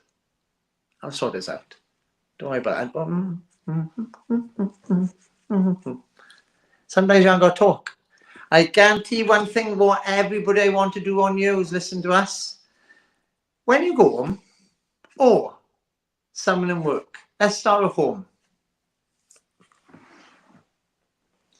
Give your missus or your daughter or your son, whoever, a coach. Don't go on to someone on the street and coach them, because you might have a Nina Ghoulies. Okay, you might know Krav Maga. That's another thing I love doing. So don't speak too much all the time. If I were to coach you lot for the last hour and a half, you'd be like, this is a bit dodgy. When he's speaking, I'm like, it's a bit dodgy. So you got to coach at the right time. All right. And there's another film which I love. It's all life lessons. It's Eddie Murphy, 1,000 Words. You need to listen to it. What I learned from our film, right, was less, more. I don't want to say much, but Eddie Murphy, 1,000 Words. You need to research, you need to listen to over the next week. Everybody who's listening to us on here. what I was trying to do is try and douse my missus with, if it's love bombing, I don't know what's called. If it's, oh, I love you, and doing a, no. I went to my missus, and sometimes in arguments, and sometimes in ups and downs.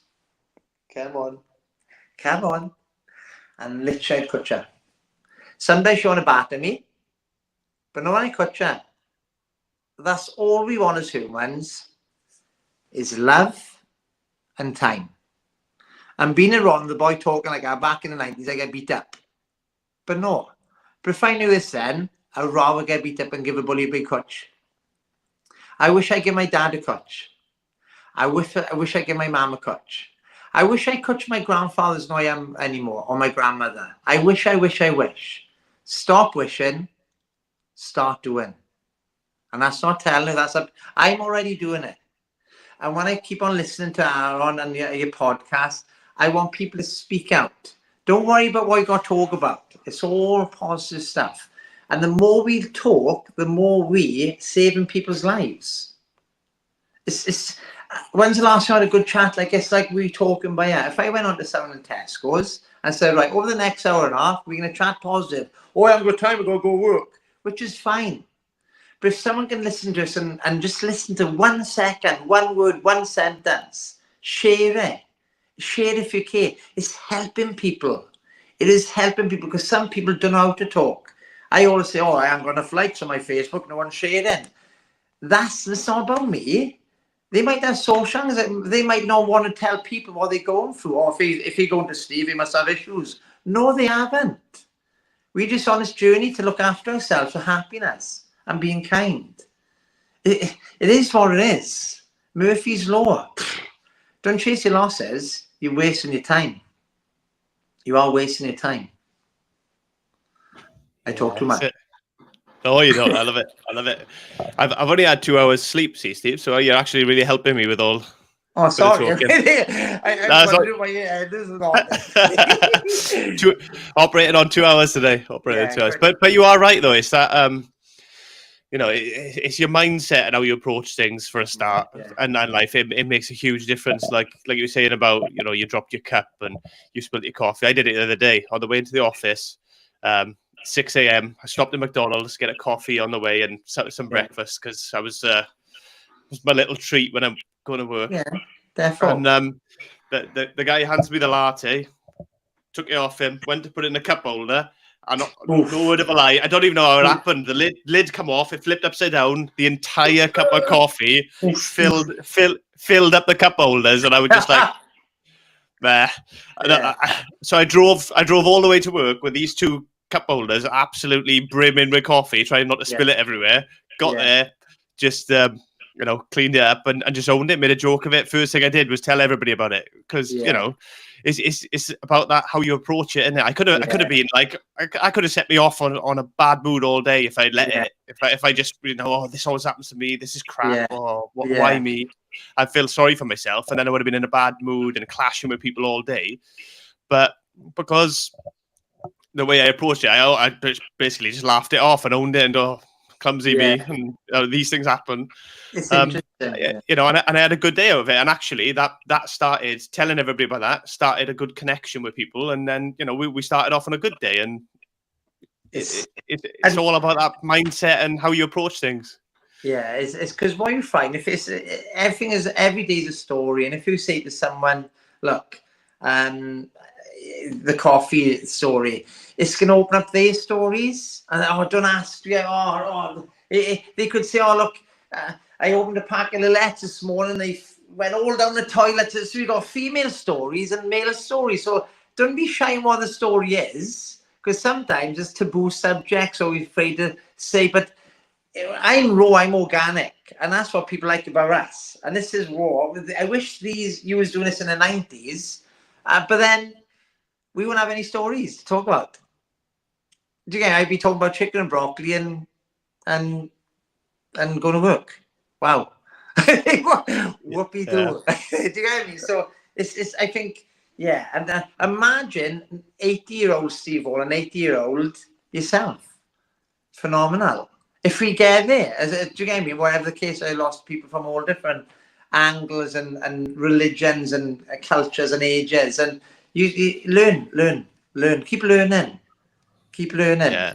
It's It's it's about that self-discovery, isn't it? About yeah, looking and and just learning from stuff, learning from other people, yeah, experiences, and everything as we go on.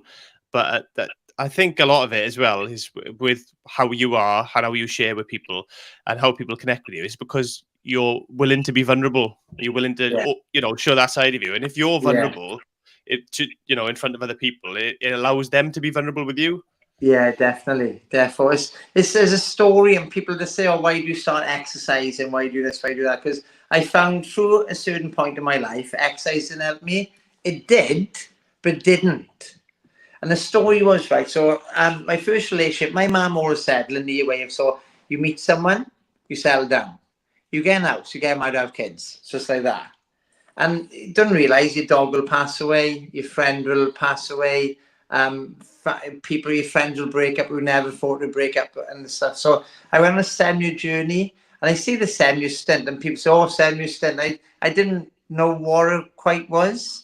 I 2 years into a relationship on my previous relationship, and so I got the house. I was in a job, not paid the best really, but I broke up. So he was in a house in Pontypool. He was in it for approximately 9 months. And so I had the girlfriend, had the house. The next thing was probably marriage and kids. And it doesn't work like that because broke up come into it. And there's 42 grand in debt. I remember 42 grand in debt with on 830 odd pound a month. They're never going to pay off because chocolate habits, and you go back to what you know, and you're buying Rambo knives and all the stuff there, and knuckle dusters and nunchucks and all the stuff you see on movies on the buy, which you can't get because there's no Google around, so you make your own sometimes.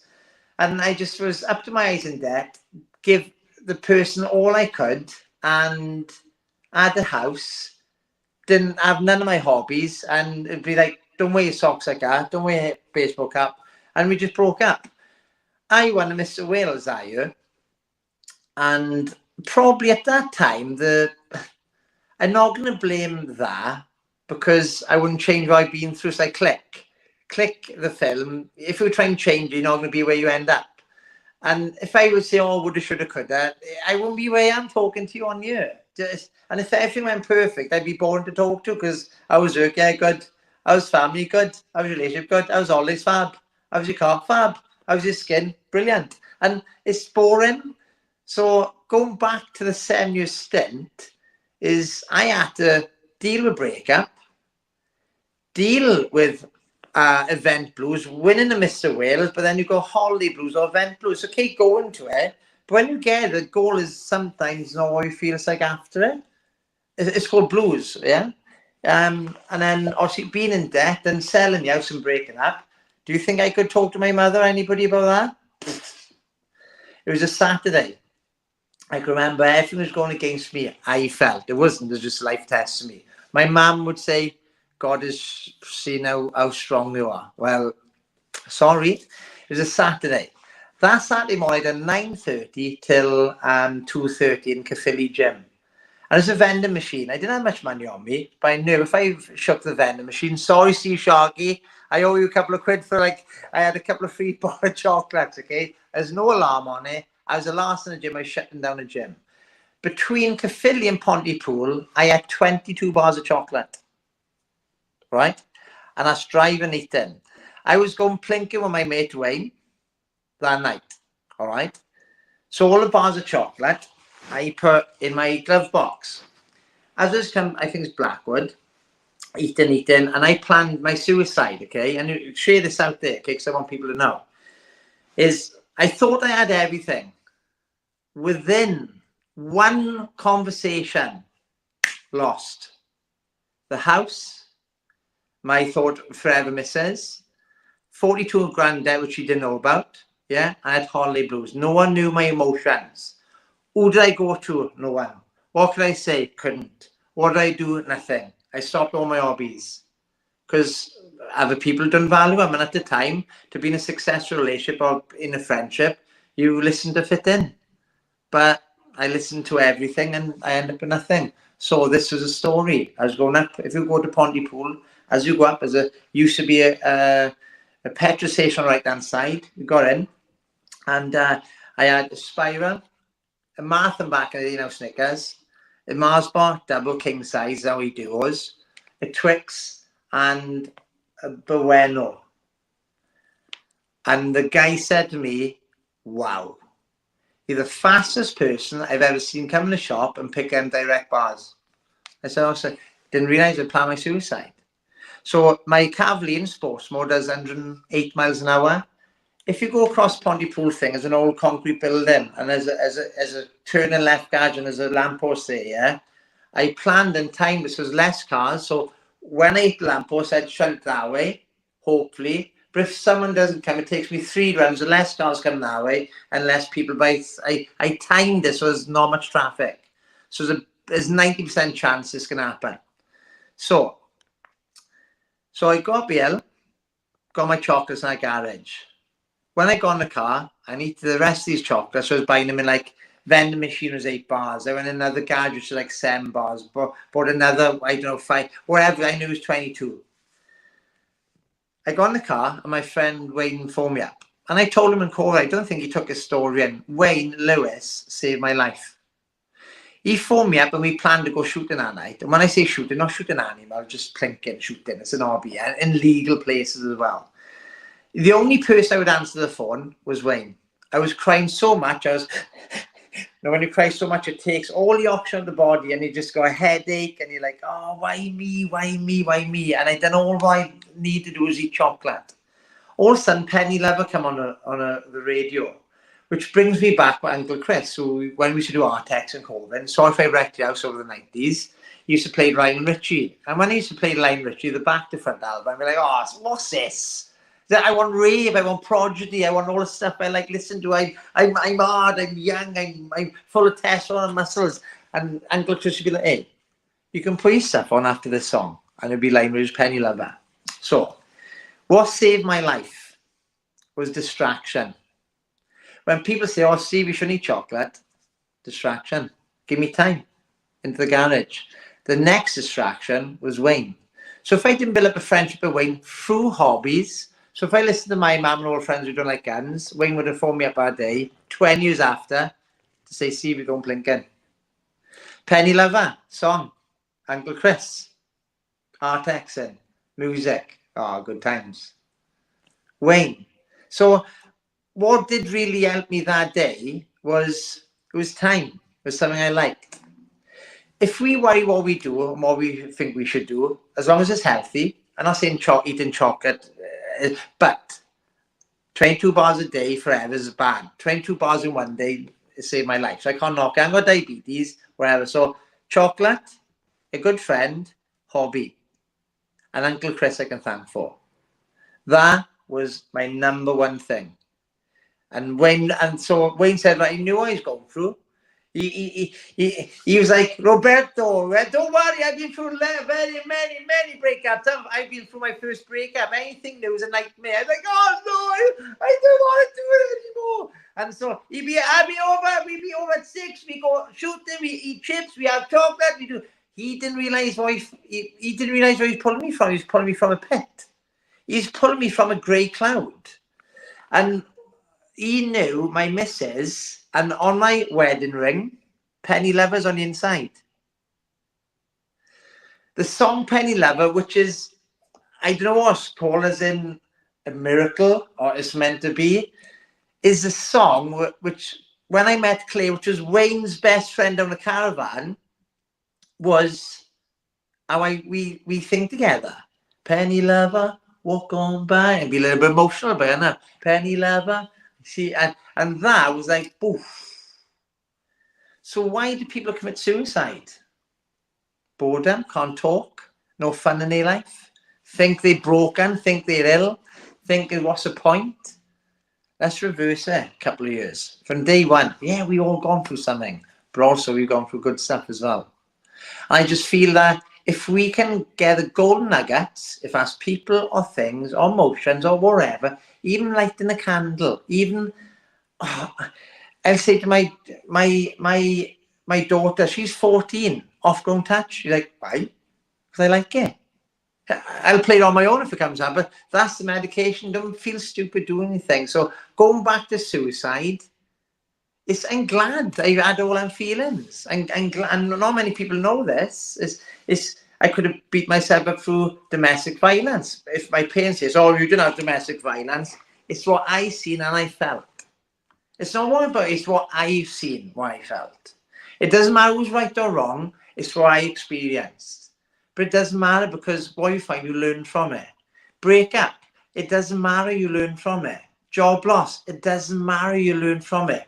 Illness, it does matter, you learn from it. Cancer, learn from it. I know people I've lost through cancer or anything. Please, please, whatever anybody goes through, do not worry about anything. Because normally, in 20 years' time, if I say to you, right, 20 years ago, Saturday, 3:30, 32 seconds, what was you doing? Here you go. If you put too much value on it, before someone or the trauma, some people know it, but then again, no pun intended, that's all our advice is for, is finding yourself. Some people are open-minded. Yeah, some people, I don't like this. I don't like how Steve and I are talking.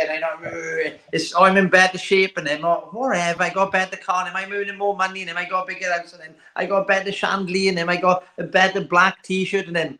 Whoopie-doo, crack on. Because if you don't learn or improve, you're losing out. And that's not being horrible to anybody. If I say close-minded, and I don't tell people, hey, I can be close-minded. If you said to me, Steve, start doing piano lessons tomorrow, I'd be like, no, I'm working, sorry. Am I close-minded? No. It's just I'm busy tomorrow. I might try another time. Or when I retire, I'll try it then. Another story for retirement. I never used to like water because my parents didn't. And going back a couple of years ago, I started going in the sea. And because I wanted to show my daughter not to be afraid of water. Because if your holly's 3 to 5 grand and you don't like water, you were worrying when you can't find your daughter or your son. You're like, oh, yeah. You literally may as well go to Chalky Spa and have 2 days or 2 weeks off rather than go to Gran Canaria or Lanzarote. And so it's just, the stories are stories and you learn from. I said to Claire one time, my wife, and I said, look, I don't think we need to change our dating around. We're going to Harvester, we're going for food, and which is fine. She go surfing. Go. Ooh. And sometimes when you say surfing or whatever, some people feel they like a whale in a wetsuit and they fat and they want, oh, no one in the water doesn't care. Like, I was in good shape at the time, right? And I thought I was a beach whale in my, I was looking down, pulling on my suit. I was like a stone half lighter than I am now, right? So, and anyway, I worried about where we park, how I look in a wetsuit. If we get eaten by sharks, will Claire like it? Will I get lost? Will I stub my toe? Am I going to weigh down?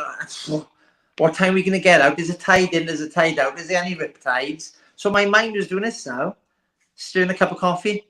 It was just going all through my mind. So what we did, we went down to Rest Bay and we had 2 bodyboards. I said, Clay, let's wing it. Just pretend we're professionals. Let's pretend we're sponsored by Quicksilver. So we went in there and I just went down with a little bit of, not cockiness, but come on, let's pretend to know. So pretend to know what you're doing and just do it. Because if you say, I can't do it, I'm not good enough, I look stupid, you're not going to build any new memories. Me and Clay was bobbing in the sea, right? And it was like, wow, like, we didn't talk about the bills. We didn't do nothing. We just laughed. I had a little pee in the sea. Obviously, don't tell the lifeguards, but it's fish food anyway. But what made it for me was I was bobbing. I seen this guy. He must have been, I think he was about 84, 88, but 80s. I remember. I'm sure he said 84. And he had his wetsuit on, which looked like 50 years old, which probably was. And he was too small in it. It looked like it was too big for him. So as I bobbed, me, I said, oh, hola, which is another story. I'll tell you that as well. And I said, oh, what are you doing in the other end? He said, oh, my wife passed away a couple of years ago. We all used to surf and do stuff, outdoor stuff together. But he said, I'm full arthritis. He said, I can't run, I can't bike anymore. My hips are gone. And he said, when I sit down in the house, he said, I just cry myself through the day and I just miss her dearly. And I was like, oh, I was choking up, and I can feel it by her now. And I was like, I'm still got my missus by her now. Let's not argue over spilt milk. Let's just get on with it. And so when I was talking to this guy, he said, the only place I have fun is in the sea. He said, I never used to like water. I said, same as me. I said, do you get me? It is. So what I'm trying to say is that what he made me think about is I'm going to start doing hobbies when I'm not able or when I'm less able.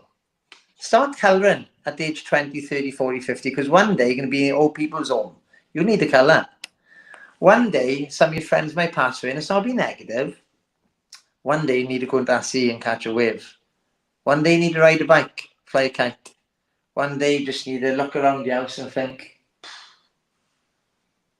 I think I've done really well. Or wherever you are, if you're in a flat, if you're homeless, you're still doing well. It's a journey. Everything is not forever. If you're going through good, it's not forever. If you're going through not so good, it's not forever. Enjoy it. Enjoy it.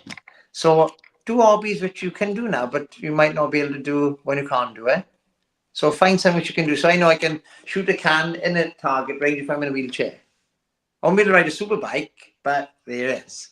And it's just finding your thing, finding your magic, whatever vocabulary or quote, or Google how to live a good life, or Google how to hold on to what you already got.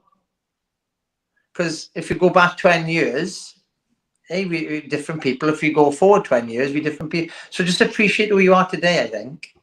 Appreciate what you got, how you think. And don't beat yourself up. I think because all of us put too much emphasis on the past and the future, and very few of us live in the actual moment. Or and what you're talking about is creating more moments, really. Yes, definitely. Throughout your life, which is what life is all about, really. And we kind of lose that a little bit, don't we? And get like stuck in the details of, like you say, work and chores and the stuff that we have to do, and we're not making time for them moments, and we're not looking for them new moments that could spark something in us, or create them memories, really. Definitely. I think what gets in the way is fear, finances. I'm worried about it's the unknown, isn't it? I just find if you can look after your energy is everything. I just find you will find your way. We already got a way as ways of living or lifestyle or style of your life. But if you keep up with the Joneses, they're boring. Don't keep up with the Joneses. They're absolutely boring because they're trying to keep up with them. There's a vicious circle going on. So do not. If someone inspires you, think, oh, I like how he talks, I like how he dresses. I don't seem to have exactly the same living room with him, the same pet or same car, trying to have the same garden. But learn. Don't be jealousy will block out. Envious will block out. Be happy for people. And when you're happy for people, you'll open up and you think, and you don't realise, because I think what I said over there is anybody who I've hated or disliked or done something for me, as I said this to me, it might be off the cuff. So one person I thought wrecked my life. If I were to need CPR and I had a heart attack on the street, would he give me CPR? Really weirdly, the answer is yes, he would. Why am I giving him so much hate or her? Why? I'm wasting my life. They don't know what you're thinking or going through or stressing. So I'll repeat. Anybody, and people say, oh no, I go past them. Ego. No, life is precious. Sometimes you can't buy life, you got to earn it. However you live, how long you live, or whatever, it's all down to decisions and consequence. But really, really to be the best life coach of mine, or the best life coach, and it would be for me to be the best person, to be my best life coach, I had to let go a couple of things. And that's what helped me so much for that person who I A, B, C, and kept talking about. If I needed a CPR on the street, would they give it to me? Yeah. Boom. Gone as. I just think people like mourning. I just really think it's attention seeking. I don't, anybody listen to this, don't go thinking, oh, no. I'm an attention seeker. I love the attention from my wife, Dad, you're a good father. I wish she said that more often, but it's finding it. And if you take anything personal, you are losing out. If you were judging people, you are losing out. If you're thinking about the past, good stuff, you're not losing out. If you're thinking about the bad stuff or whatever, you're losing out. If you learn from the stuff we all been through, you're learning and living. It's that. It's very, very important to carry on regardless. There's a couple of sayings. Is the fisherman or the sailor in the dock is not the best fisherman. He's in the dock. He's not going through his trawler breaking, the engine running down, the oil burning, the clutch going. The best sailors are out in our ocean catching fish, if they catch fish. So if you're in our house, in the dock, doing nothing, we ain't going to be learning anything. If you're out in our life, getting battered and touched and whatever, shined and rusted or whatever you want to call it, we're learning. It's unbelievable. It's inspirational. It's speechless sometimes. It's who knows the journey. You just got to find. There's no book out there. We didn't do painting in school. We didn't do bereavement in school. We didn't do breakup in school or finances. Half the teachers, and I'm not knocking them, they go through breakup and things. They're in the same place as us. Doctors, if they go through bereavement, they're in exactly the same place as us. If it's a maths teacher, they break up, they go through hell. They come to me. I'm like, you need to do piano lessons. You need to catch a fish. You need to book an holiday. I can't do that. Well, there you go. You haven't done it for 30 years. You're not going to do it now, yeah, but you will. We'll get your passport. We'll get you euros. Where do you like Cos? Another thing, Cos, Greece. You had a Stoism? Yeah. Right, Stoism. So, Christoph, history teacher, Italian. Come to the valleys in the 80s. He was well bullied. Italian in the 80s in the valleys. Wow.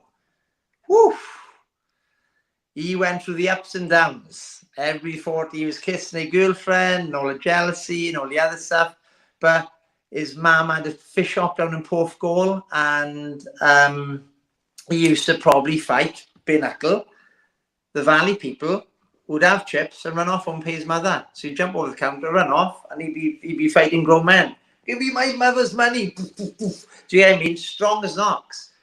He done his degree PGC, become a history teacher. And the one, I've always been a 70-year person I wouldn't want to punch off. Oh, I tell you what, you see him at the bag. Everyone was meant with glory and winning and wow, all different angles and chin-ups. 17-year-old. I started training, he just liked how I punched the bag. And that's how we got on, because he walked in when I punched the bag, and I walked in and he said, how do you punch the guy? And I got bullied. I just punched a bag to hurt the bullied. And I never, do you know what I mean? So he said, I'll have to book him with him. And as he got to know me, he said, Steve, you're really stoic. I said, Chris, what's that? Cereal. I'm from Aranda now, mind, okay? So I try and keep things simple. Stoic. So should I pretend I know it? No, when you pretend you know stuff, you never learn. And I used to pretend to know stuff when I was younger. Please ask if you're not sure and say, look, like I said about the word earlier on, what's your point? What's your meaning of that? And you explain, like, oh, right. So sometimes we think we know the answer and we're wrong. So we're not going to get it. And he said, oh, you're very stoic. And he said, what I'm trying to say, Steve, is Stoicism is Marcus Aurelius. And he said, it's understanding what you've been through, understanding what you're going through, and understand what you're going to go through, which no one knows. No one knows what's going to... My skirting board might come off the wall tomorrow. Stoicism is nail it, liquid, no nails or screws, but you got a solution. So I think being a stoic and a stoicism is understanding and learning, inspiring, showing, reacting, stopping, pausing, and watching. He said you involve everybody. You always think about other people, including yourself. You can relate to anybody from, he said, you talk about knitting, remote control cars, climbing trees, camping, sports cars, superbikes, motocrosses, flick knives, knuckle dusters, nunchucks, you name it, painting, wallpapering, plumbing, windows, or gardening, bricklaying, plastering, coving, put the chandeliers up and like, oh, he said, stoic, very stoic. He said, you just understand everything. You know, to put a plug on. I was like, oh, I think that's been a 90s kid. And that's all I want to show people now. So if someone's who's aged 15 or, I say, do you clean your bedroom? Do you put the rubbish off your mother? Because who's going to pay for your driving lesson? Happy people, buy you more ish. So if you're youngster watching this, just do your bedroom. It's gonna help you big time over the next 30, 40 years. So yeah, it's that. Can I ask you one or two questions? Of course you can. Of course you can. What is your pet hate? Oh, my pet hate. That's a difficult one, that for me, Steve, because I'm very, very laid back, really. Neutral. Well, no, that's the answer. Very laid back, but no, I will just say I do struggle with like being around negativity. Yeah.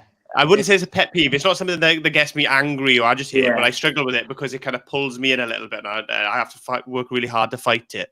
Yeah.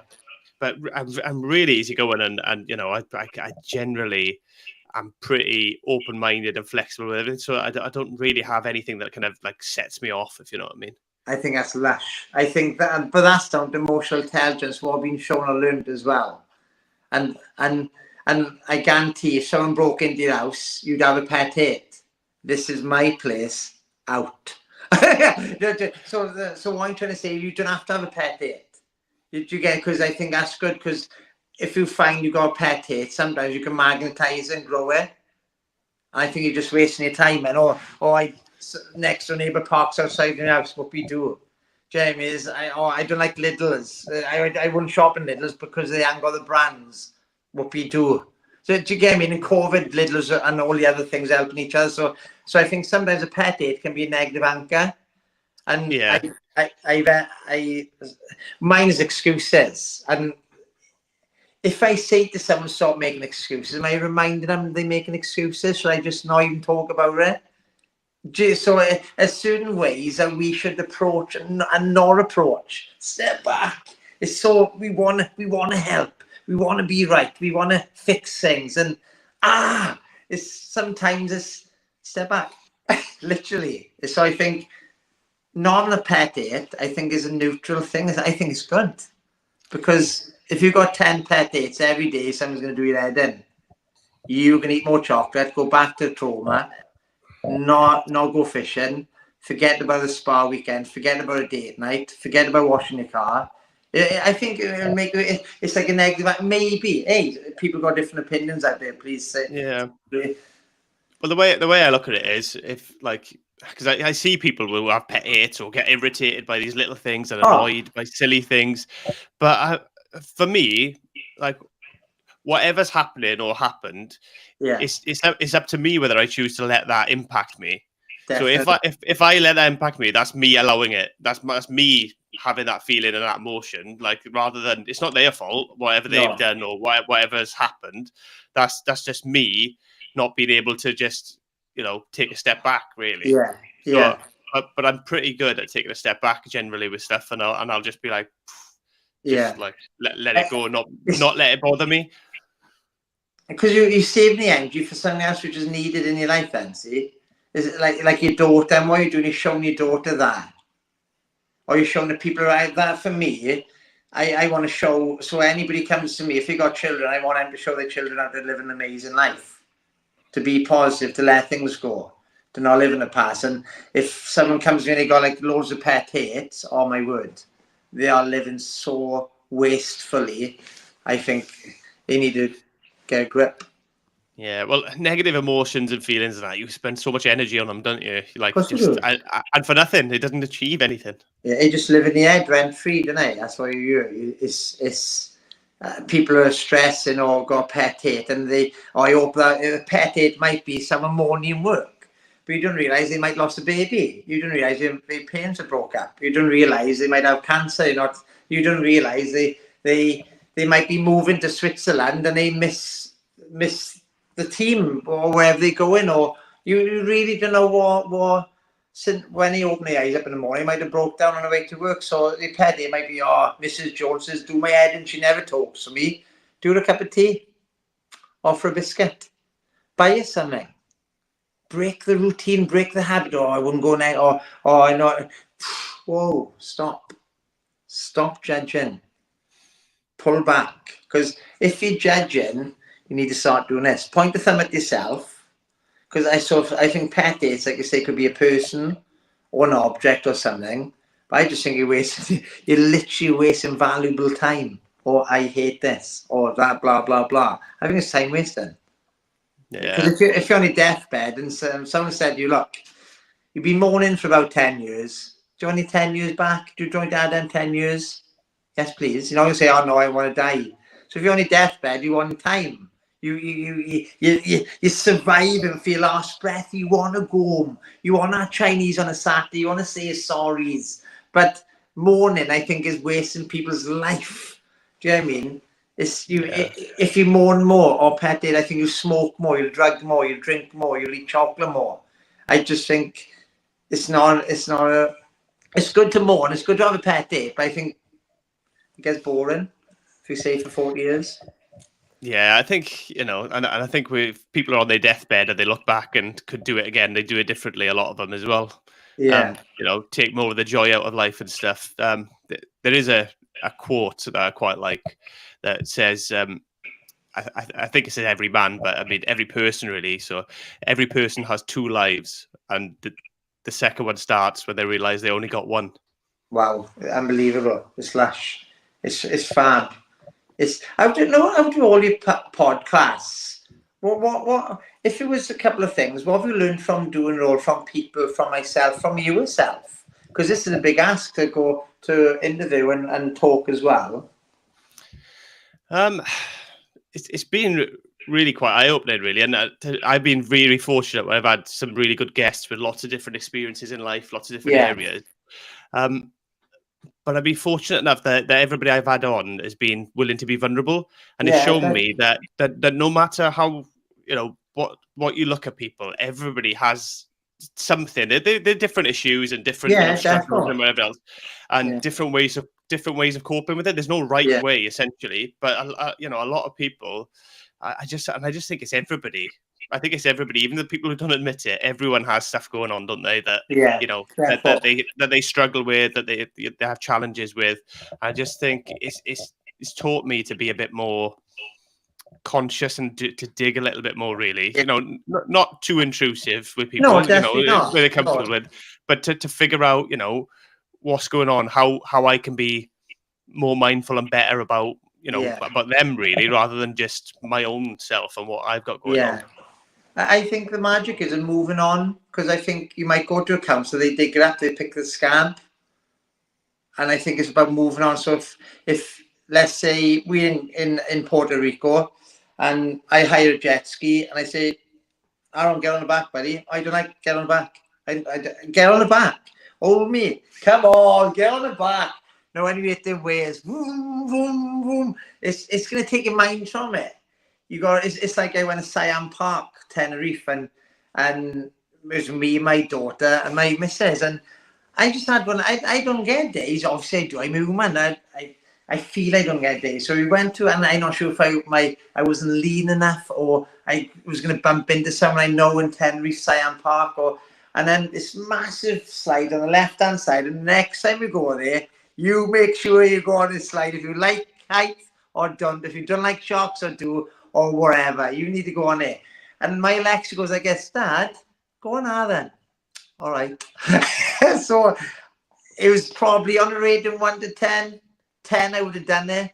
I was feeling 1. I wanted to see jam sandwiches and just watch everybody on the water park. It was one of them days. I don't know what. I was in Tenerife, all inclusive. Why was I feeling this emotion? And so what happened? I didn't want to show my daughter down. She felt it probably, and she probably said, Dad, go on there. She distracted me. She's most intelligent. So I went up there, told this Polish guy talking rubbish on there probably, and his slide was like that. I looked up his steps and I went up. I said this Polish guy, right, who's first? Me or you? He went, you. So I went on it, and as I was flying down the slide, I mean free falling. I was shouting the biggest F word, the park. longest effort the park I've ever experienced from a valley, Steve Waller. My daughter and my missus looked like that at the bottom. It was so high up. I was just looking at like, my neck I couldn't bend my neck. What? Straight through the sharp tunnel. And I tell you what, the day fitted all into place. I done the biggest, like they say, eat the biggest frog first or eat the monster first, yeah? That just cleared all my tubes out, all my mindset, all my emotions, and I ate everything in that water park 3-4 times with a little bit of a Popeye stance and walking around. So it just cleared me. But if she didn't, I would have been probably low self-esteem. I'll do it tomorrow, Lex. So we come back tomorrow. We'll put off. Do you know what I mean? And I would have probably eaten more crap and felt a little bit gooey and there. So, but I think sometimes you need to clean the cobwebs out massively. Not little steps. Definitely big steps. And another thing which I learned over COVID, or heard, sorry, it's okay not to be okay. I disagree a little bit. So if you're not okay for 40 years, is that okay? So if you said, it's okay not to be okay for 40 years, and you're not okay for 40 years, that's not good for anybody or yourself.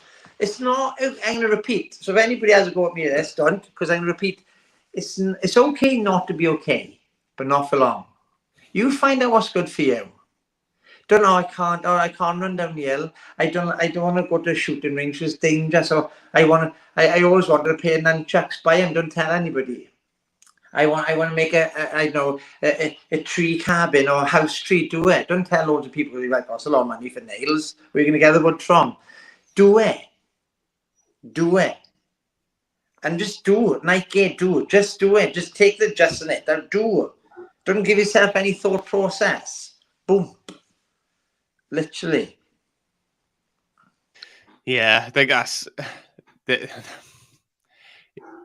it's okay to not be okay thing. I think the problem with that is if you're surrounded with people who kind of mollycoddle you a little bit as well, Yeah. and like, you know, care too much. You're feeling sorry for yourself, and you feel and you're down in the dumps, and people are like, oh, okay, and nobody's kind of pushing you to get out of that. You could stay in that, and you could be in it for years. You know, you could spend decades in that place, being the victim, being negative, and you really hate life. And at the end of it. And pity pod yourself. And don't forget, if someone's listening to this and saying, "Oh, they talk about," no. If you connect with what we're saying, it means you can relate to it. So that means you need to look after yourself more. So if someone takes what I say personal, it's hitting the nail on the head. So it means do something about it. Doesn't so it's like I probably wasn't feeling okay going to Siam Park. I don't know what I couldn't put my finger on it. My daughter says, "Go on here, Dad." I go on here, and all of a sudden, through screaming as loud as I can, think I'm gonna die, it just clears everything out. I become super dad. I'm going in a wave machine, danger. I'm right up into it. I am doing risk taking all day. I'm literally so if I didn't listen to my daughter, then I wouldn't have been okay all day in our water park. I wouldn't have done all them slides. I wouldn't have got my missus a cup of coffee times 4. I wouldn't have been a waiter for my daughter. Lex, what do you want? Do you know what I mean? Or Clay, what do you want? I wouldn't have been the happy servant I was all day. I would have been dooming and glooming. So me going on that big step, people say baby steps. Sometimes, leap off. Throw yourself off that cliff and good luck. Because there is a parachute on and it's up to you when you're going to pull it. I'll probably pull it last minute, really push the boat out. Do you know what I mean? So I'm like, adrenaline junkie. So it's power bands on a KX80 to catching a fish, to painting your first painting, to, I don't know, buying your favourite settee, to, I don't know, running out the toilet roll and you remember to get or take our parcel at the post office, which your missus has been saying for 5 weeks and you forgot. And you got to pay extra for it. So it's don't beat yourself up. Do something about it. Yeah. And I think kids are really great for that because they're naturally curious and they naturally want to see and do new things. Exactly. And I think rather, like you said before, I think rather than shutting them down, we need to actually go with that flow a little bit and let us have that inner child experience a bit more as well and let that out. And it does change your life. It's so, like I said to my daughter as well, now she always may say I'm park slide, okay? And I'd be like, oh no, I hope all goes to plan. she's 14. I said to her funny enough the other week, I said, oh, Lex, I said, we need to go back to Tenerife. She said, what do you mean? I said, you owe me the slide. And she just laughed because I didn't overly think. I didn't put her off. I didn't retreat this course. So you retreat to do something they want. I didn't show her anything of pausing. I went, see you later, Jamie. So, and she laughed. But if she was being bullied in school that day, and I asked about Siam Park, Tenerife, boom. She just remembered me screaming a naughty word for a long period of time down Siam Park side. So I've taken her from bullying from school. It reminds them different things all of a sudden now. But then it makes us have open conversations. And I can say, oh, how was your day been today? Have a good day in school, Lex. I say, oh, look, everything going okay in school? Yeah, when the teachers need to see you, Dad. You know, blah, blah, blah, whatever. And like, I think there's a lot of people who need to find a fishing rod. Or I think there's some people in there have lost their fish, Dad. And I'm like, well, we're on a journey, babes, and me. Just make sure you're kind to them. From bully, just make sure you're kind. Doesn't matter if someone's a bully to you, be kind to them. Don't let them in your circle. Your eyes, sword, carotid artery, solar plexus, and middles, self-defense, grab McGar. 360 in front and 360 around out. Just make sure you're safe. I think going on that as well, when me learning how to handle myself, hey, I'm not Mike Tyson, definitely not. But feeling safe. I think feeling safe for me was a breakthrough. So if someone were to come onto my street, I would definitely walk away. The best self-defense is walking away. But if someone did break into my house, or did do this, or did do that, I'd have a good reaction to it. Number one is use your trainers and walk away. If someone were to grab you, or if it's guns, knives, etc., you only can do what you can do. Yeah? But I think bullies don't pick on happy people. I guarantee that. Yeah. I guarantee it. Yeah. So if you're going into school and your head's down, or on work, and you can't take banter, you come to my classes like a hen and stag party. It resets people. So when you go into work and someone says, oh, you're lazy, blah, blah, I call them worse in the class. At first, they're like, you can't talk to people like that. Why? I'm a 90s kid. That's how people talk to me. So someone says, oh, Stevie Ball, big nose, coot, or whatever you want to call it. I'm like, it's just a word. No emotions to it. If my daughter says, oh, you're not a good father in an argument, I know I am. If my missus says, oh, you're a crap husband, hey, you're not perfect, but I do my best. I don't smoke, I don't drink, I don't gamble. We go on date nights. I'm pretty good around the house. I work my knackers off. I work smart and hard as well. Every day I think I couldn't have done anything more. Sometimes I could have probably worked less, which I am today. So I'm glad we booked this off because I booked a morning off. I don't normally book mornings off. So this, to me, believe it or not, is my practical therapy. Talking and doing this for, what, 2 hours? Wow. Wow. People would love to talk to us for 2 hours. But now they can put online, they can listen to us 2 o'clock in the morning. Because if someone were to book in with me or you got to go by appointment normally. And that's not being horrible or posh or snobby. People can't knock on my door and say, look, Steve, can you train me for an hour? I was like, sorry, I got to do dishes. You can book in or whatever the case is. So I think doing stuff like this can make people reach you 24/7. And this is, wow, this is a therapy and a half. If someone wants to use it or learn from it. Yeah. Yeah, I mean, it helps me having these conversations with people like you, and the great people I've managed to have on, Yeah. because it helps me, and I think by me and you and whoever else we have on the show being open and vulnerable, Yeah. and talking about it, it actually helps other people maybe people who are not ready to be vulnerable yet, but they can listen to this, in private, essentially, or without having to share anything or be that bold yet, but it might get them closer to that step where they feel like actually maybe I can be that vulnerable person. Maybe I can start looking in the mirror, what I want or what I need to fix, and like how I can get to that place where I'm happy and content with life. Yeah, it's. I just find I want people to find themselves sooner. I'm just like a psycho in happiness. I'm like, no. It doesn't work like that. I'm like, yeah, but it does. Yeah, but take me 46 to learn 46 years, and I'm still learning. I'm still forgetting or whatever. because I get excited and I found my 90s kid. Do you know what I mean? It's like COVID sounds crazy. It was the best thing that ever happened. Not having COVID or losing people from COVID. The experience of COVID was come up to COVID, I had all the hobbies and didn't use them.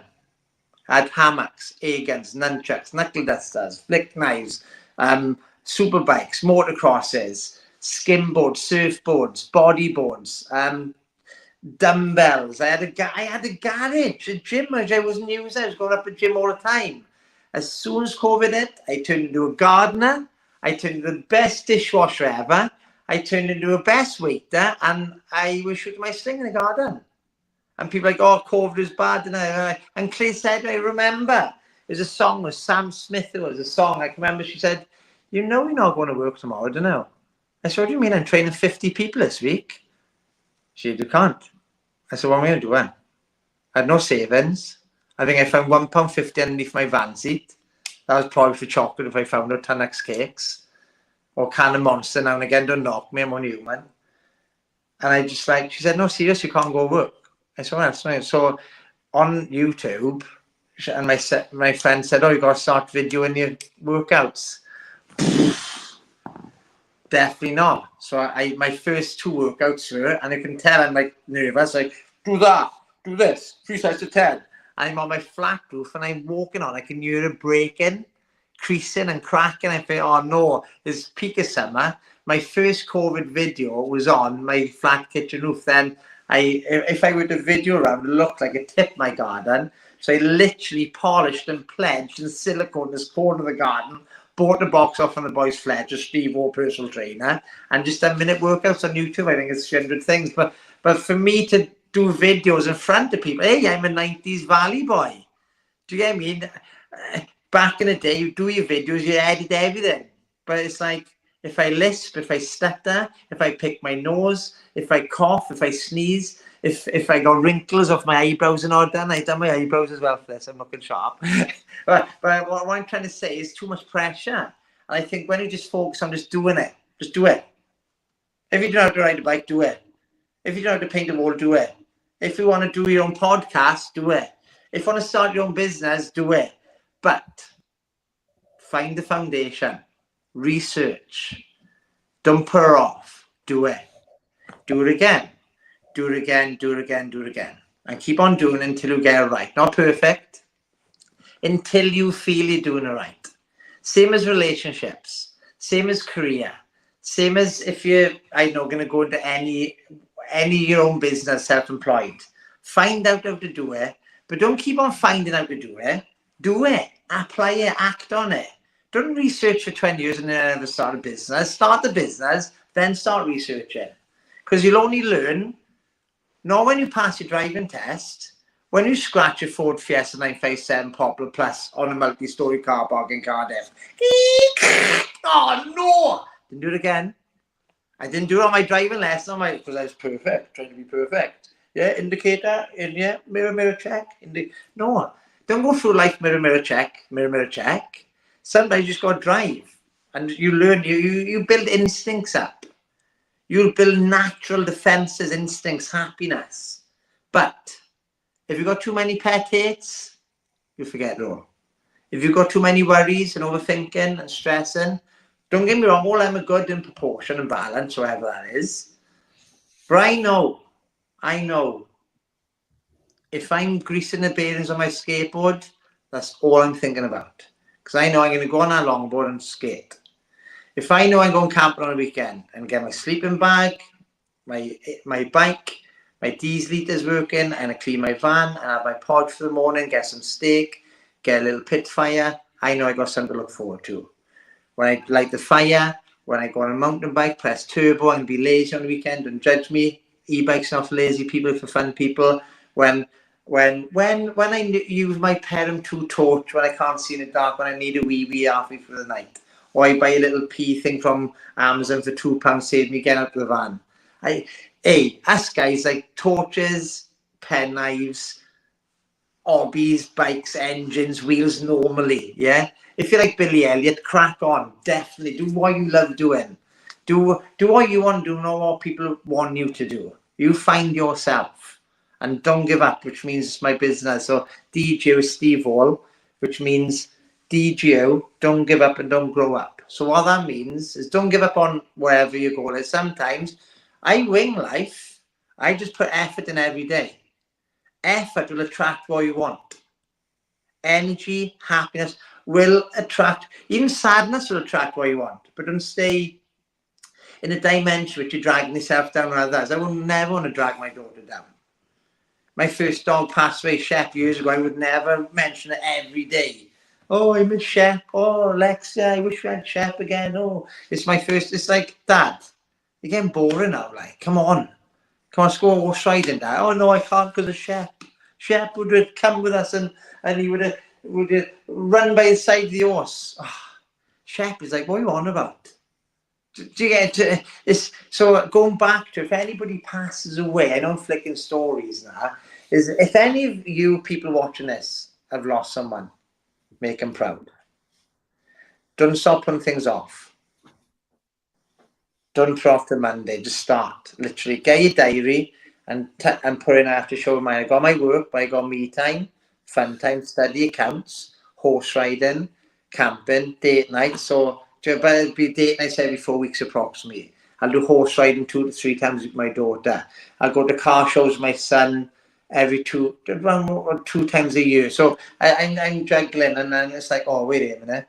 I haven't seen John and Phil. Let's go and have a pack of Bourbon biscuits, bag of chips, and play Mario Kart. So it's it's wheeling and dealing. You only got 24 hours in a day, but I know I'm spending an hour training 7 days a week.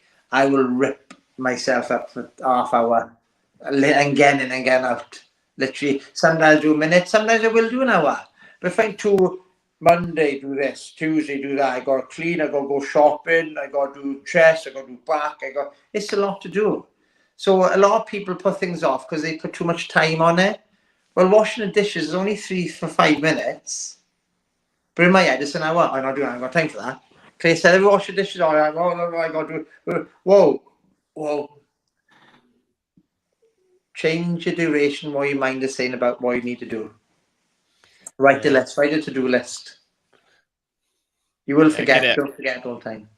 Yeah, get it out of your head as well, innit? Because sometimes if we got lots of things to do in our head, we're just so overwhelmed that we'll just get to the point where we just procrastinate and we won't do any of it.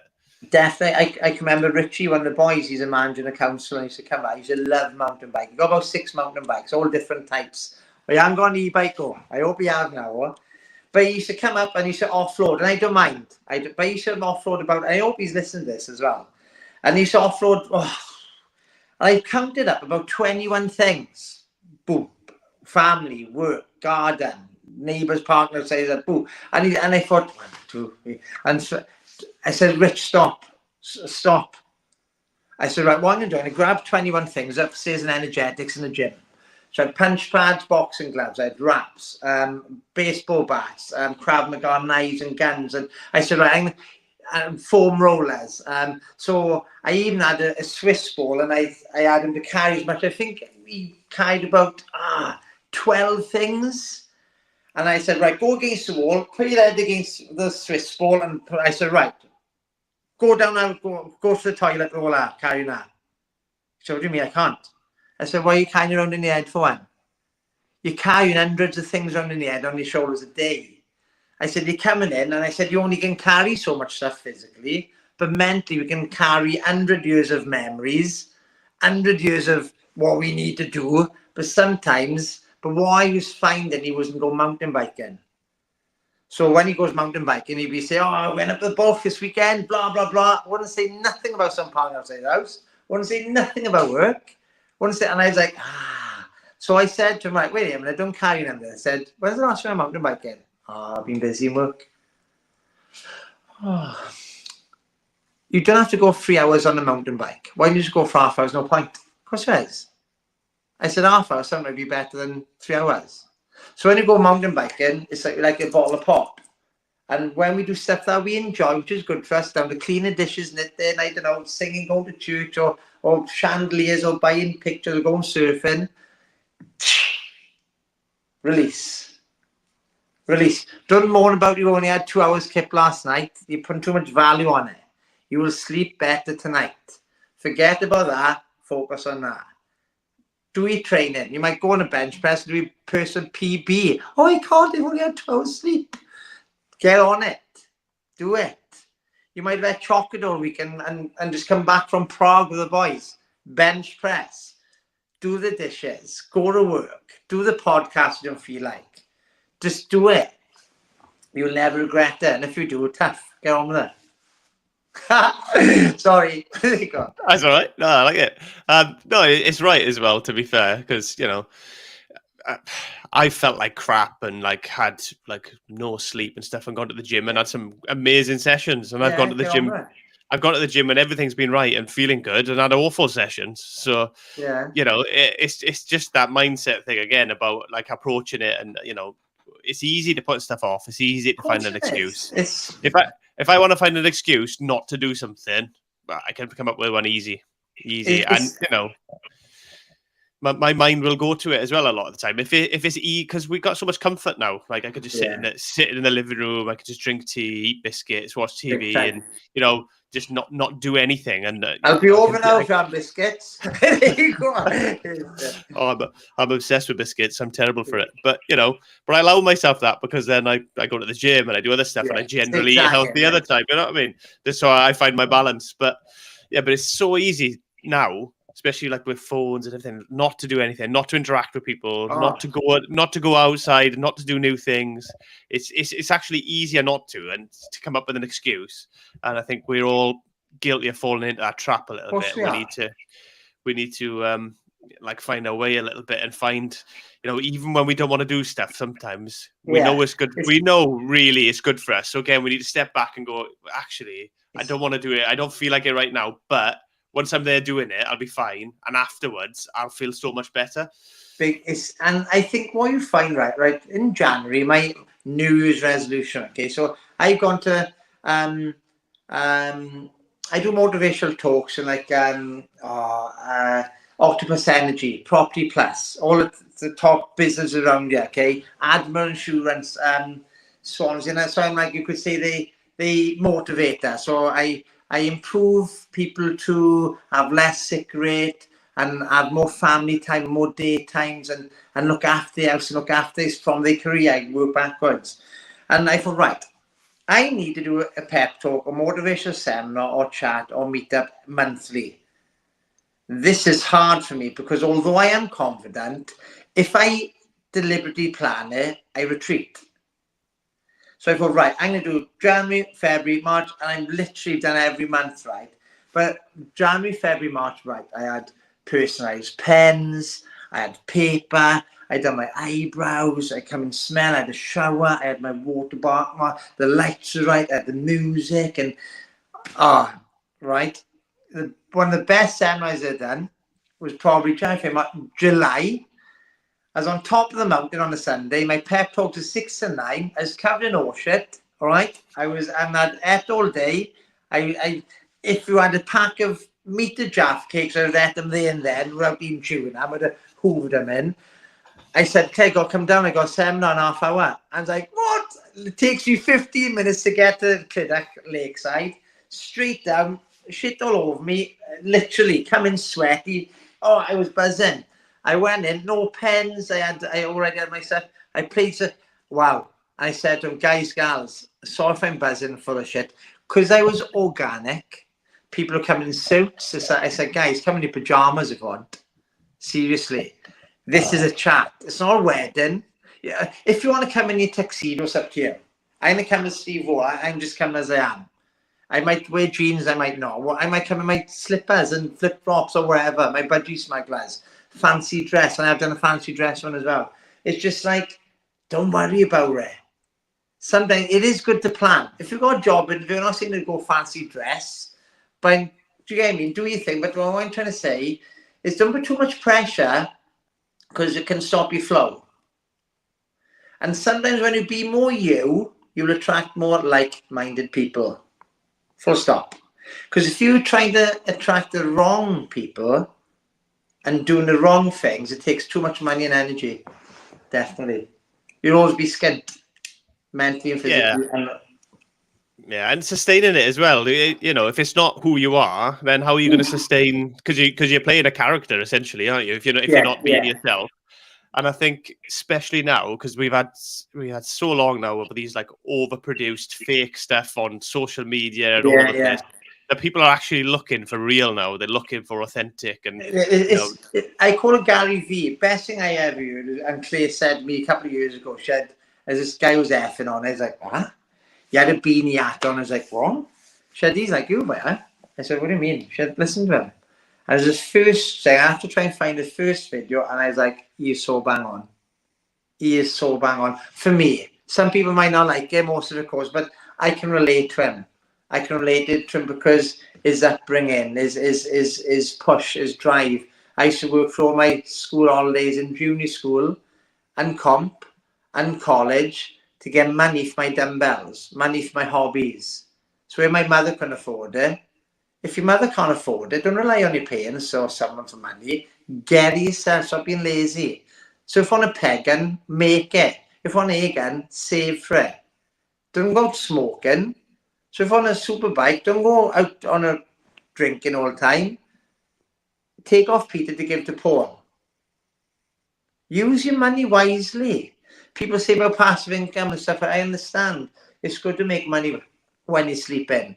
It's not that easy to start. Once you start, if you buy property and rent property and all the other stuff, and buy gold and watches and silver, wherever, and Bitcoin, wherever.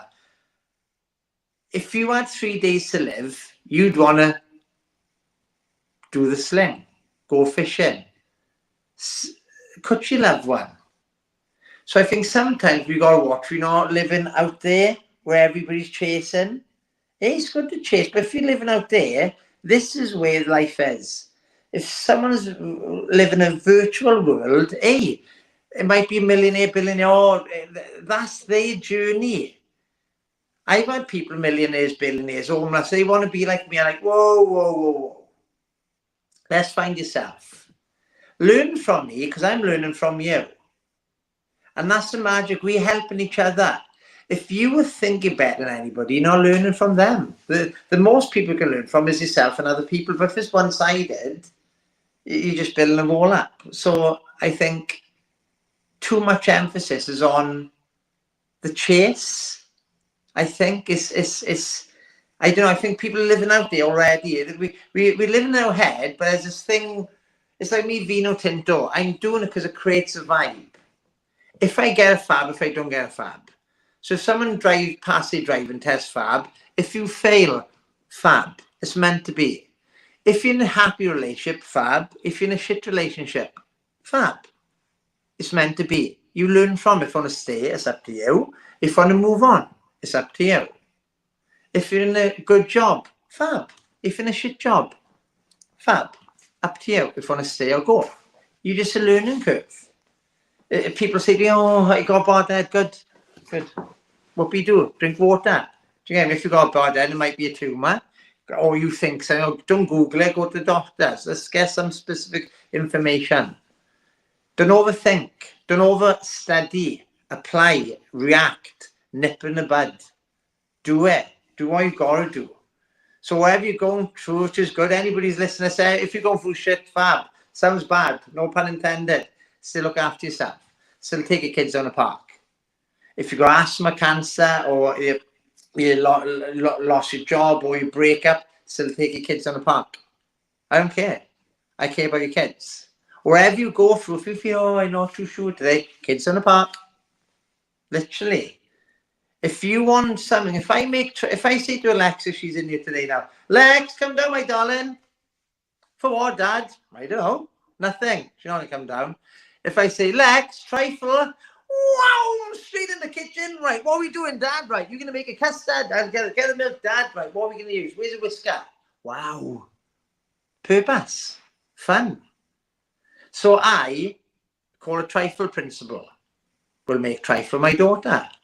And there's different ways of that. So horse riding, holidays, drawing, helping her with the dishes, calm them down. Because I could probably build 5 blocks of flats or a dish up in her bedroom at the moment. She's 12, no, 13, 14, sorry. But I'll rather say, get your dishes down from the bedroom, Lex, yeah? And Lex, we bring your dishes down. Dad, stop, keep it on. Okay, all right. Lex, Mum's going to kill us. So literally, I got a little bag and go up into a bedroom and then I'd take probably 4 walls of dishes down into the thing and later wash them. But then when she comes home, oh, thanks, Dad. So it's what I take. When my missus can find all the spoons, oh, wow. Where's all the spoons gone? Oh, here we go. Uh-oh. Another problem. So it's wrong like, Lexia, dishes, or it's not my fault. I have told him. Whoa. Step back. Yeah. And it's that our attitude and behaviour affects other people as well, and that's what we've got to realise as well. So if we go in up here and we're all angry or shouting or negative, people will react in a negative way because they take that on, especially kids, because they're not as, they're still learning their emotions and everything else, aren't they? And we are. Yeah, of course we are. But I think especially with kids, because we are also teaching them how to behave, aren't we? Because it doesn't matter what you tell them, they learn from what they see and what they pick up from the environment a lot. Yeah. So if we just go in up here because we want them to do something, they're not doing it, rather than actually, a lot of the time, if you just explain to them why, they'll do it. Or if you say, you show them like you've done that you're not in it on your own, we're in it together kind of attitude. And I think that just changes the whole dynamic. And I think parenting, I think a magic in a parent is showing them and explaining or telling them. Yeah, tell. All depends on what you think telling is said. But I don't think it's one-sided, see, parenting. I think it got to be a two-way thing. It's not, you don't do this. Don't go do that because that's naughty. That's wrong. But I just find... there's a good book, Paradox for Children. It's story-based. It goes through life scenarios. Anger. It goes through tiredness, excitement, anxiousness. And literally, it's like the being afraid of the dark or the monster underneath your bed. And from a young age, I started doing our Alexia, bullying. And I talked to her in one section. She said, you haven't got bullied, have you, Dad? Would bully you? They must be off your head. But she thought she's the only one going through all the experiences. So if you're telling, I think, explaining about experiences, if you've got something... So I use this book as a cinema to talk about it, or as information, which if I said to Alexia, I got bullied, I did, she's like, and? Because there's a book, it brought more information out. Because we was relying on that, rather than us two, it was less pressure maybe. And when I said about my story, so I told about, my first crush and again bullied, and I don't know how to do maths, and she's like, oh, sounds like me, Dad. So it was just this another journey of everything is right, actually. I don't know. No matter what, if you're good at something, good. If you're not good at something, good. It's just a learning curve. So I think, as well as adults, as children, I think it's important to talk, chat. But it's sometimes where we chat is we don't know how to chat. People skills. We don't know how to. It's like I was saying, yeah, good. I was family, fab. I was work, yeah, brilliant. Yeah, what are you up to? I go from camp on the weekend. They don't tell you the car breaking down, the breakup, and your daughter running off and you can't find her. And they burnt the sausages and you forgot your torch and you don't know where the toilet's on, you peed the bed, and you and your missus on the verge of breakup because you talk to someone like they were a client and blah, blah, blah. They don't see behind the scenes, and there should be behind the scenes Instagram, behind the scenes Facebook, and behind the scenes TikTok.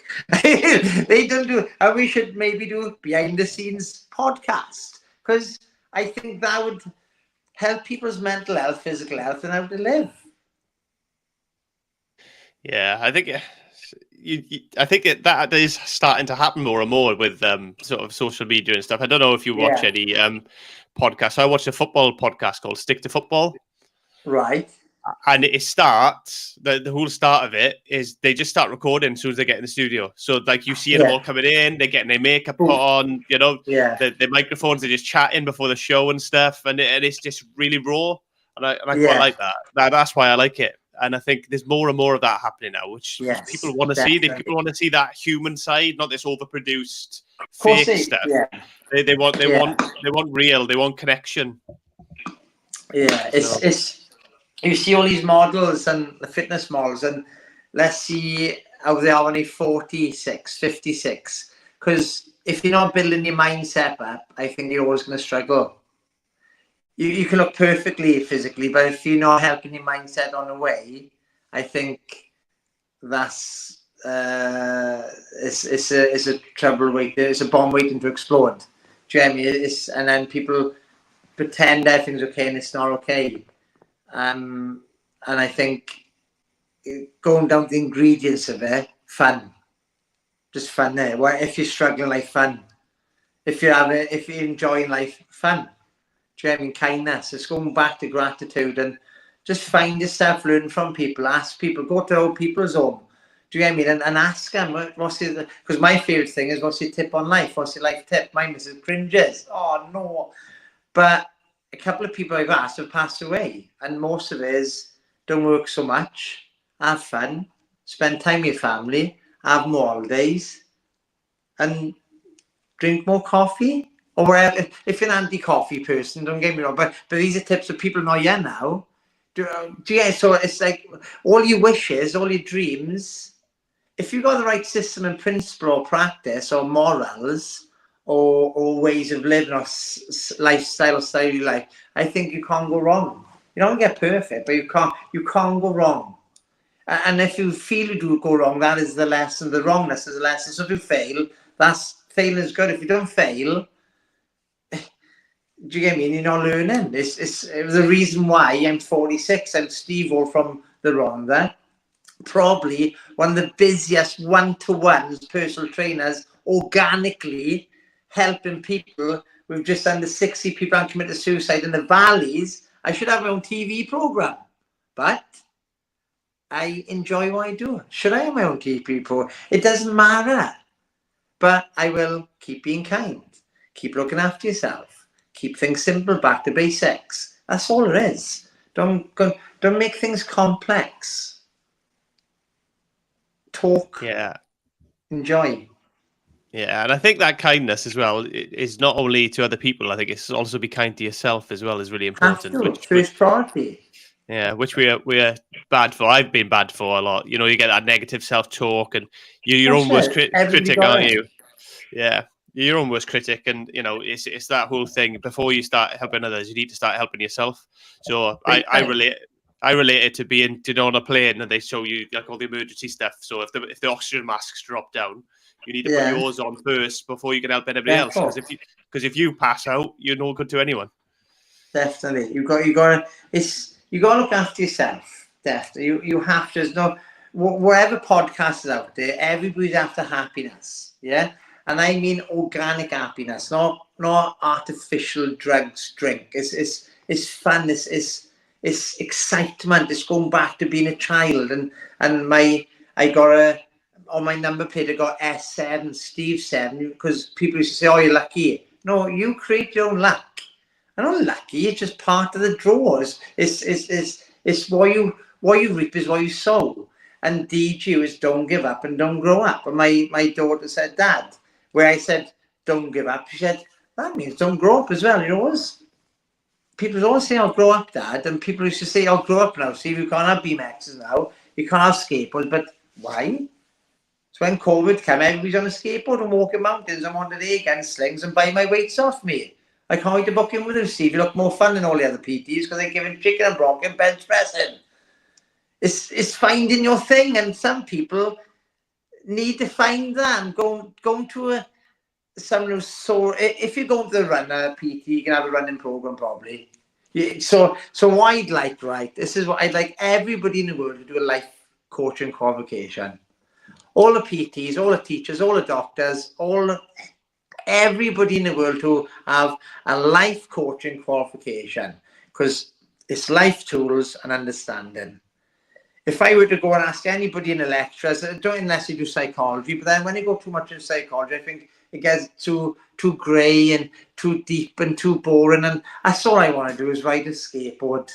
After people who like counsellors and stuff like that, this is another question. So anybody who give you advice, so if you go to a counsellor or doctor or teacher or anybody, a parent, and you're given advice, and they will say to you, have you got any more questions? And you're going to say, yeah.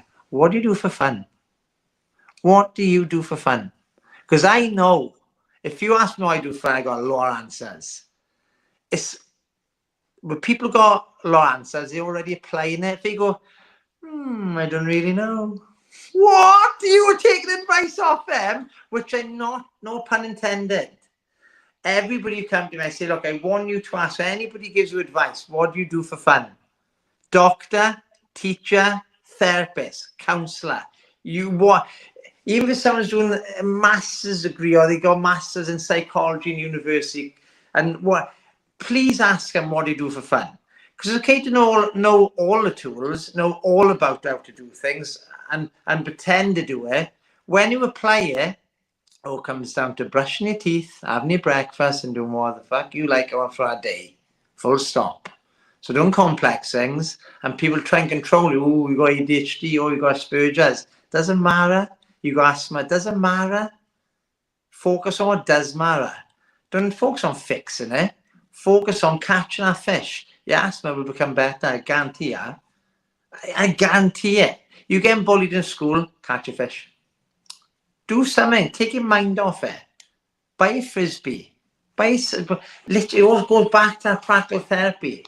If you like wearing wellies and whatever the wellies you want, Dunlop or posh ones, whatever, that is your therapy. Don't listen to your friend, oh, they're a lot of money, they are, they blah, blah, blah, wellies. Buy the wellies.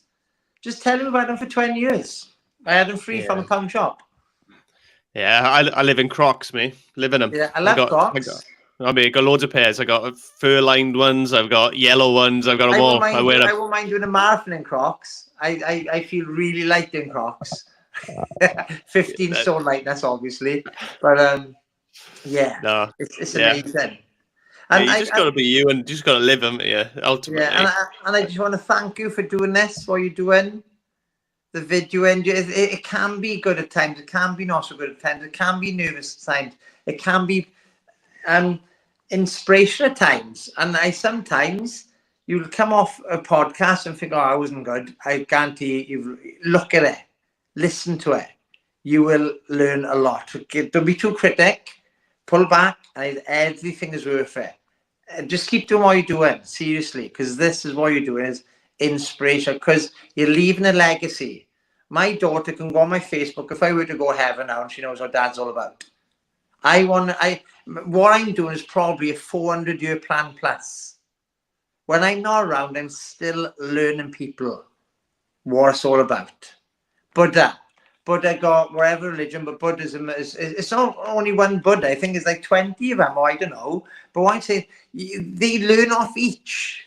I don't Steve Hall to reset Steve Hall when he's reborn. Not really when I say that with the next generations. I want to learn off people.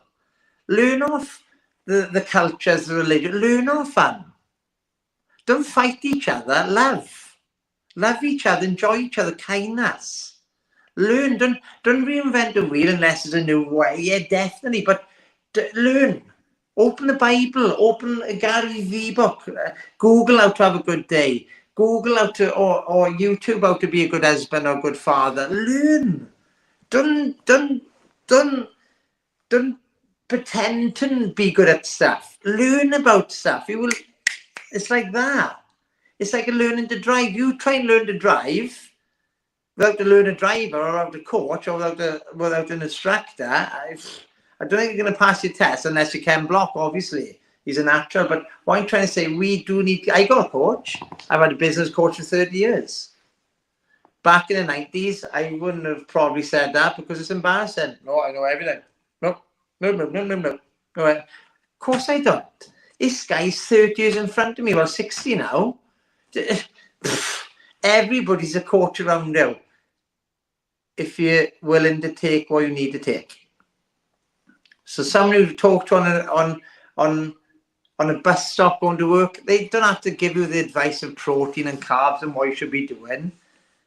They might just talk about Nothing. They might just talk.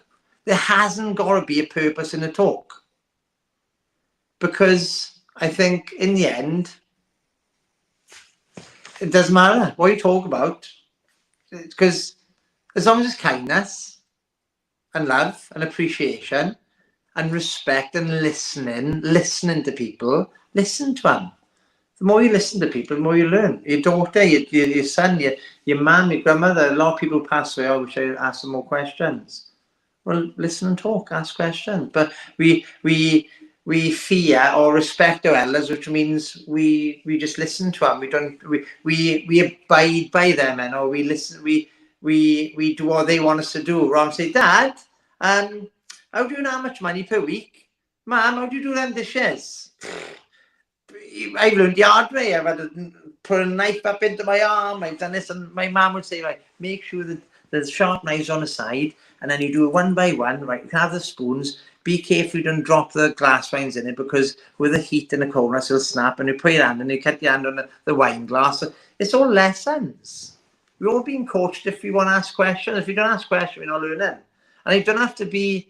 I can ask my daughter, Lex, how to have a good day.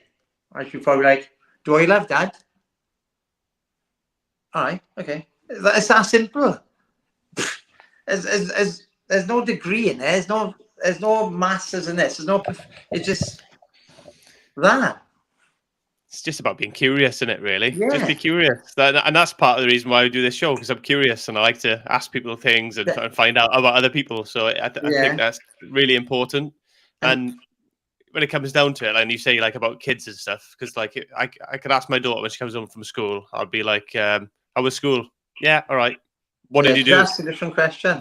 What do you do? Don't remember, because they are not the right questions, and that's not getting to the bottom of it. You know what I mean? Yeah. Sometimes you might want to be with your daughter is do this. Right. Does she know how to game off, don't touch, hide and seek? Literally throw hide and seek. Just say, right, hide and seek, 5 seconds, you're on it. Count now. And just run off. Even if she doesn't play hide and seek with you, just hide in that cupboard under the bed until she sees you. Or take the pillows off your bed, put them on the side, and just lie across, pretend you're the pillows, and try to breathe shallow, because she's going to see your chest going up and down. So it's trying to change things. It's like I say to my missus sometimes, oh, fancy going for a walk? Let's go for a coffee? Yeah.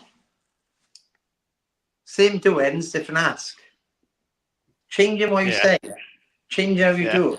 Sometimes it's this. So when your daughter comes in from school, something to do this. Come on. Or Dad, come on. Oh, I do that every day anyway. I always smother her when she comes in, but yeah, so. Or do a chase catch. You got to chase me, got to catch me together, catch. Wash your head on the side of the coffee table, obviously. But anyway, but yeah. But 1,000 words, Eddie Murphy. Who moved my cheese? Chimp paddocks for children. If you parent or not a parent, very important. And just live your best life. Leave things go. Horses are courses. Don't give up. Don't grow up. Get involved with people like us. Yeah. The more people are watching us who interact, comment below, and we can have a group discussion. We can meet in person. I know people around the world. If anybody wants questions, ask me, ask anybody who is on your podcast or on your channel. If you don't ask, you don't get. Guys, we're in, and gals, we're in this life together. We've all been through the same things. We're all going to go through the same things at different times, different elements or whatever. But please, please, please don't forget you. Don't forget looking after yourself. You have to look after yourself. Self-care, from making trifle to shooting a sling to catching a wave to cleaning the car, house, or doing the dishes, or taking our dust off a skirting board. Do it. Do it. Steve, you've been absolutely brilliant, my friend. How do people find you online? What's the best place to find you? I'm in the strip bars on the weekend, and I only messing. But yeah, so my daughter killing me and my missus. So how they find me is Steve Hall Personal Trainer on Instagram, or just Google it. And just Steve Hall, STEVEWALL, as in brick wall, motivation. Steve Hall Bodybuilder, Steve Hall Motivator, Steve Hall PT on Instagram, Facebook, on Google, it'll all come up. anybody needs anything, I got loads of stuff out there. I think I got 14,000 articles on Instagram and any building. I only got like 2 followers, but I don't care. It's not about that. It's about helping people. It's about them, not me. Yeah. So yeah. But thanks for everything. Anything that you need as well. If you want to do another show or another podcast about anything, I'll just be aware. I will chew your ears off. I try to listen, but I just 46 years of loving life and challenges. Love it. No, you've been excellent. And what I'll do is I'll put some links in the show notes so people can just click through and find you easier anyway. Awesome. So I'll do that as well. What I'd like to ask of people as well who've been following you or whatever is write down what they've learned. What are their 5 lessons of life or 5 tips on life? Write them below. It'd be very important for everybody else who's following, who can't ask, or afraid to ask, or afraid to type. It might be too shy, like I used to be. Don't be afraid to ask because we won't get anywhere. All right. No worries. Love Thanks, that. Al. Thank you, Steve. Appreciate it. Take care. Thanks a lot. Take care. Bye.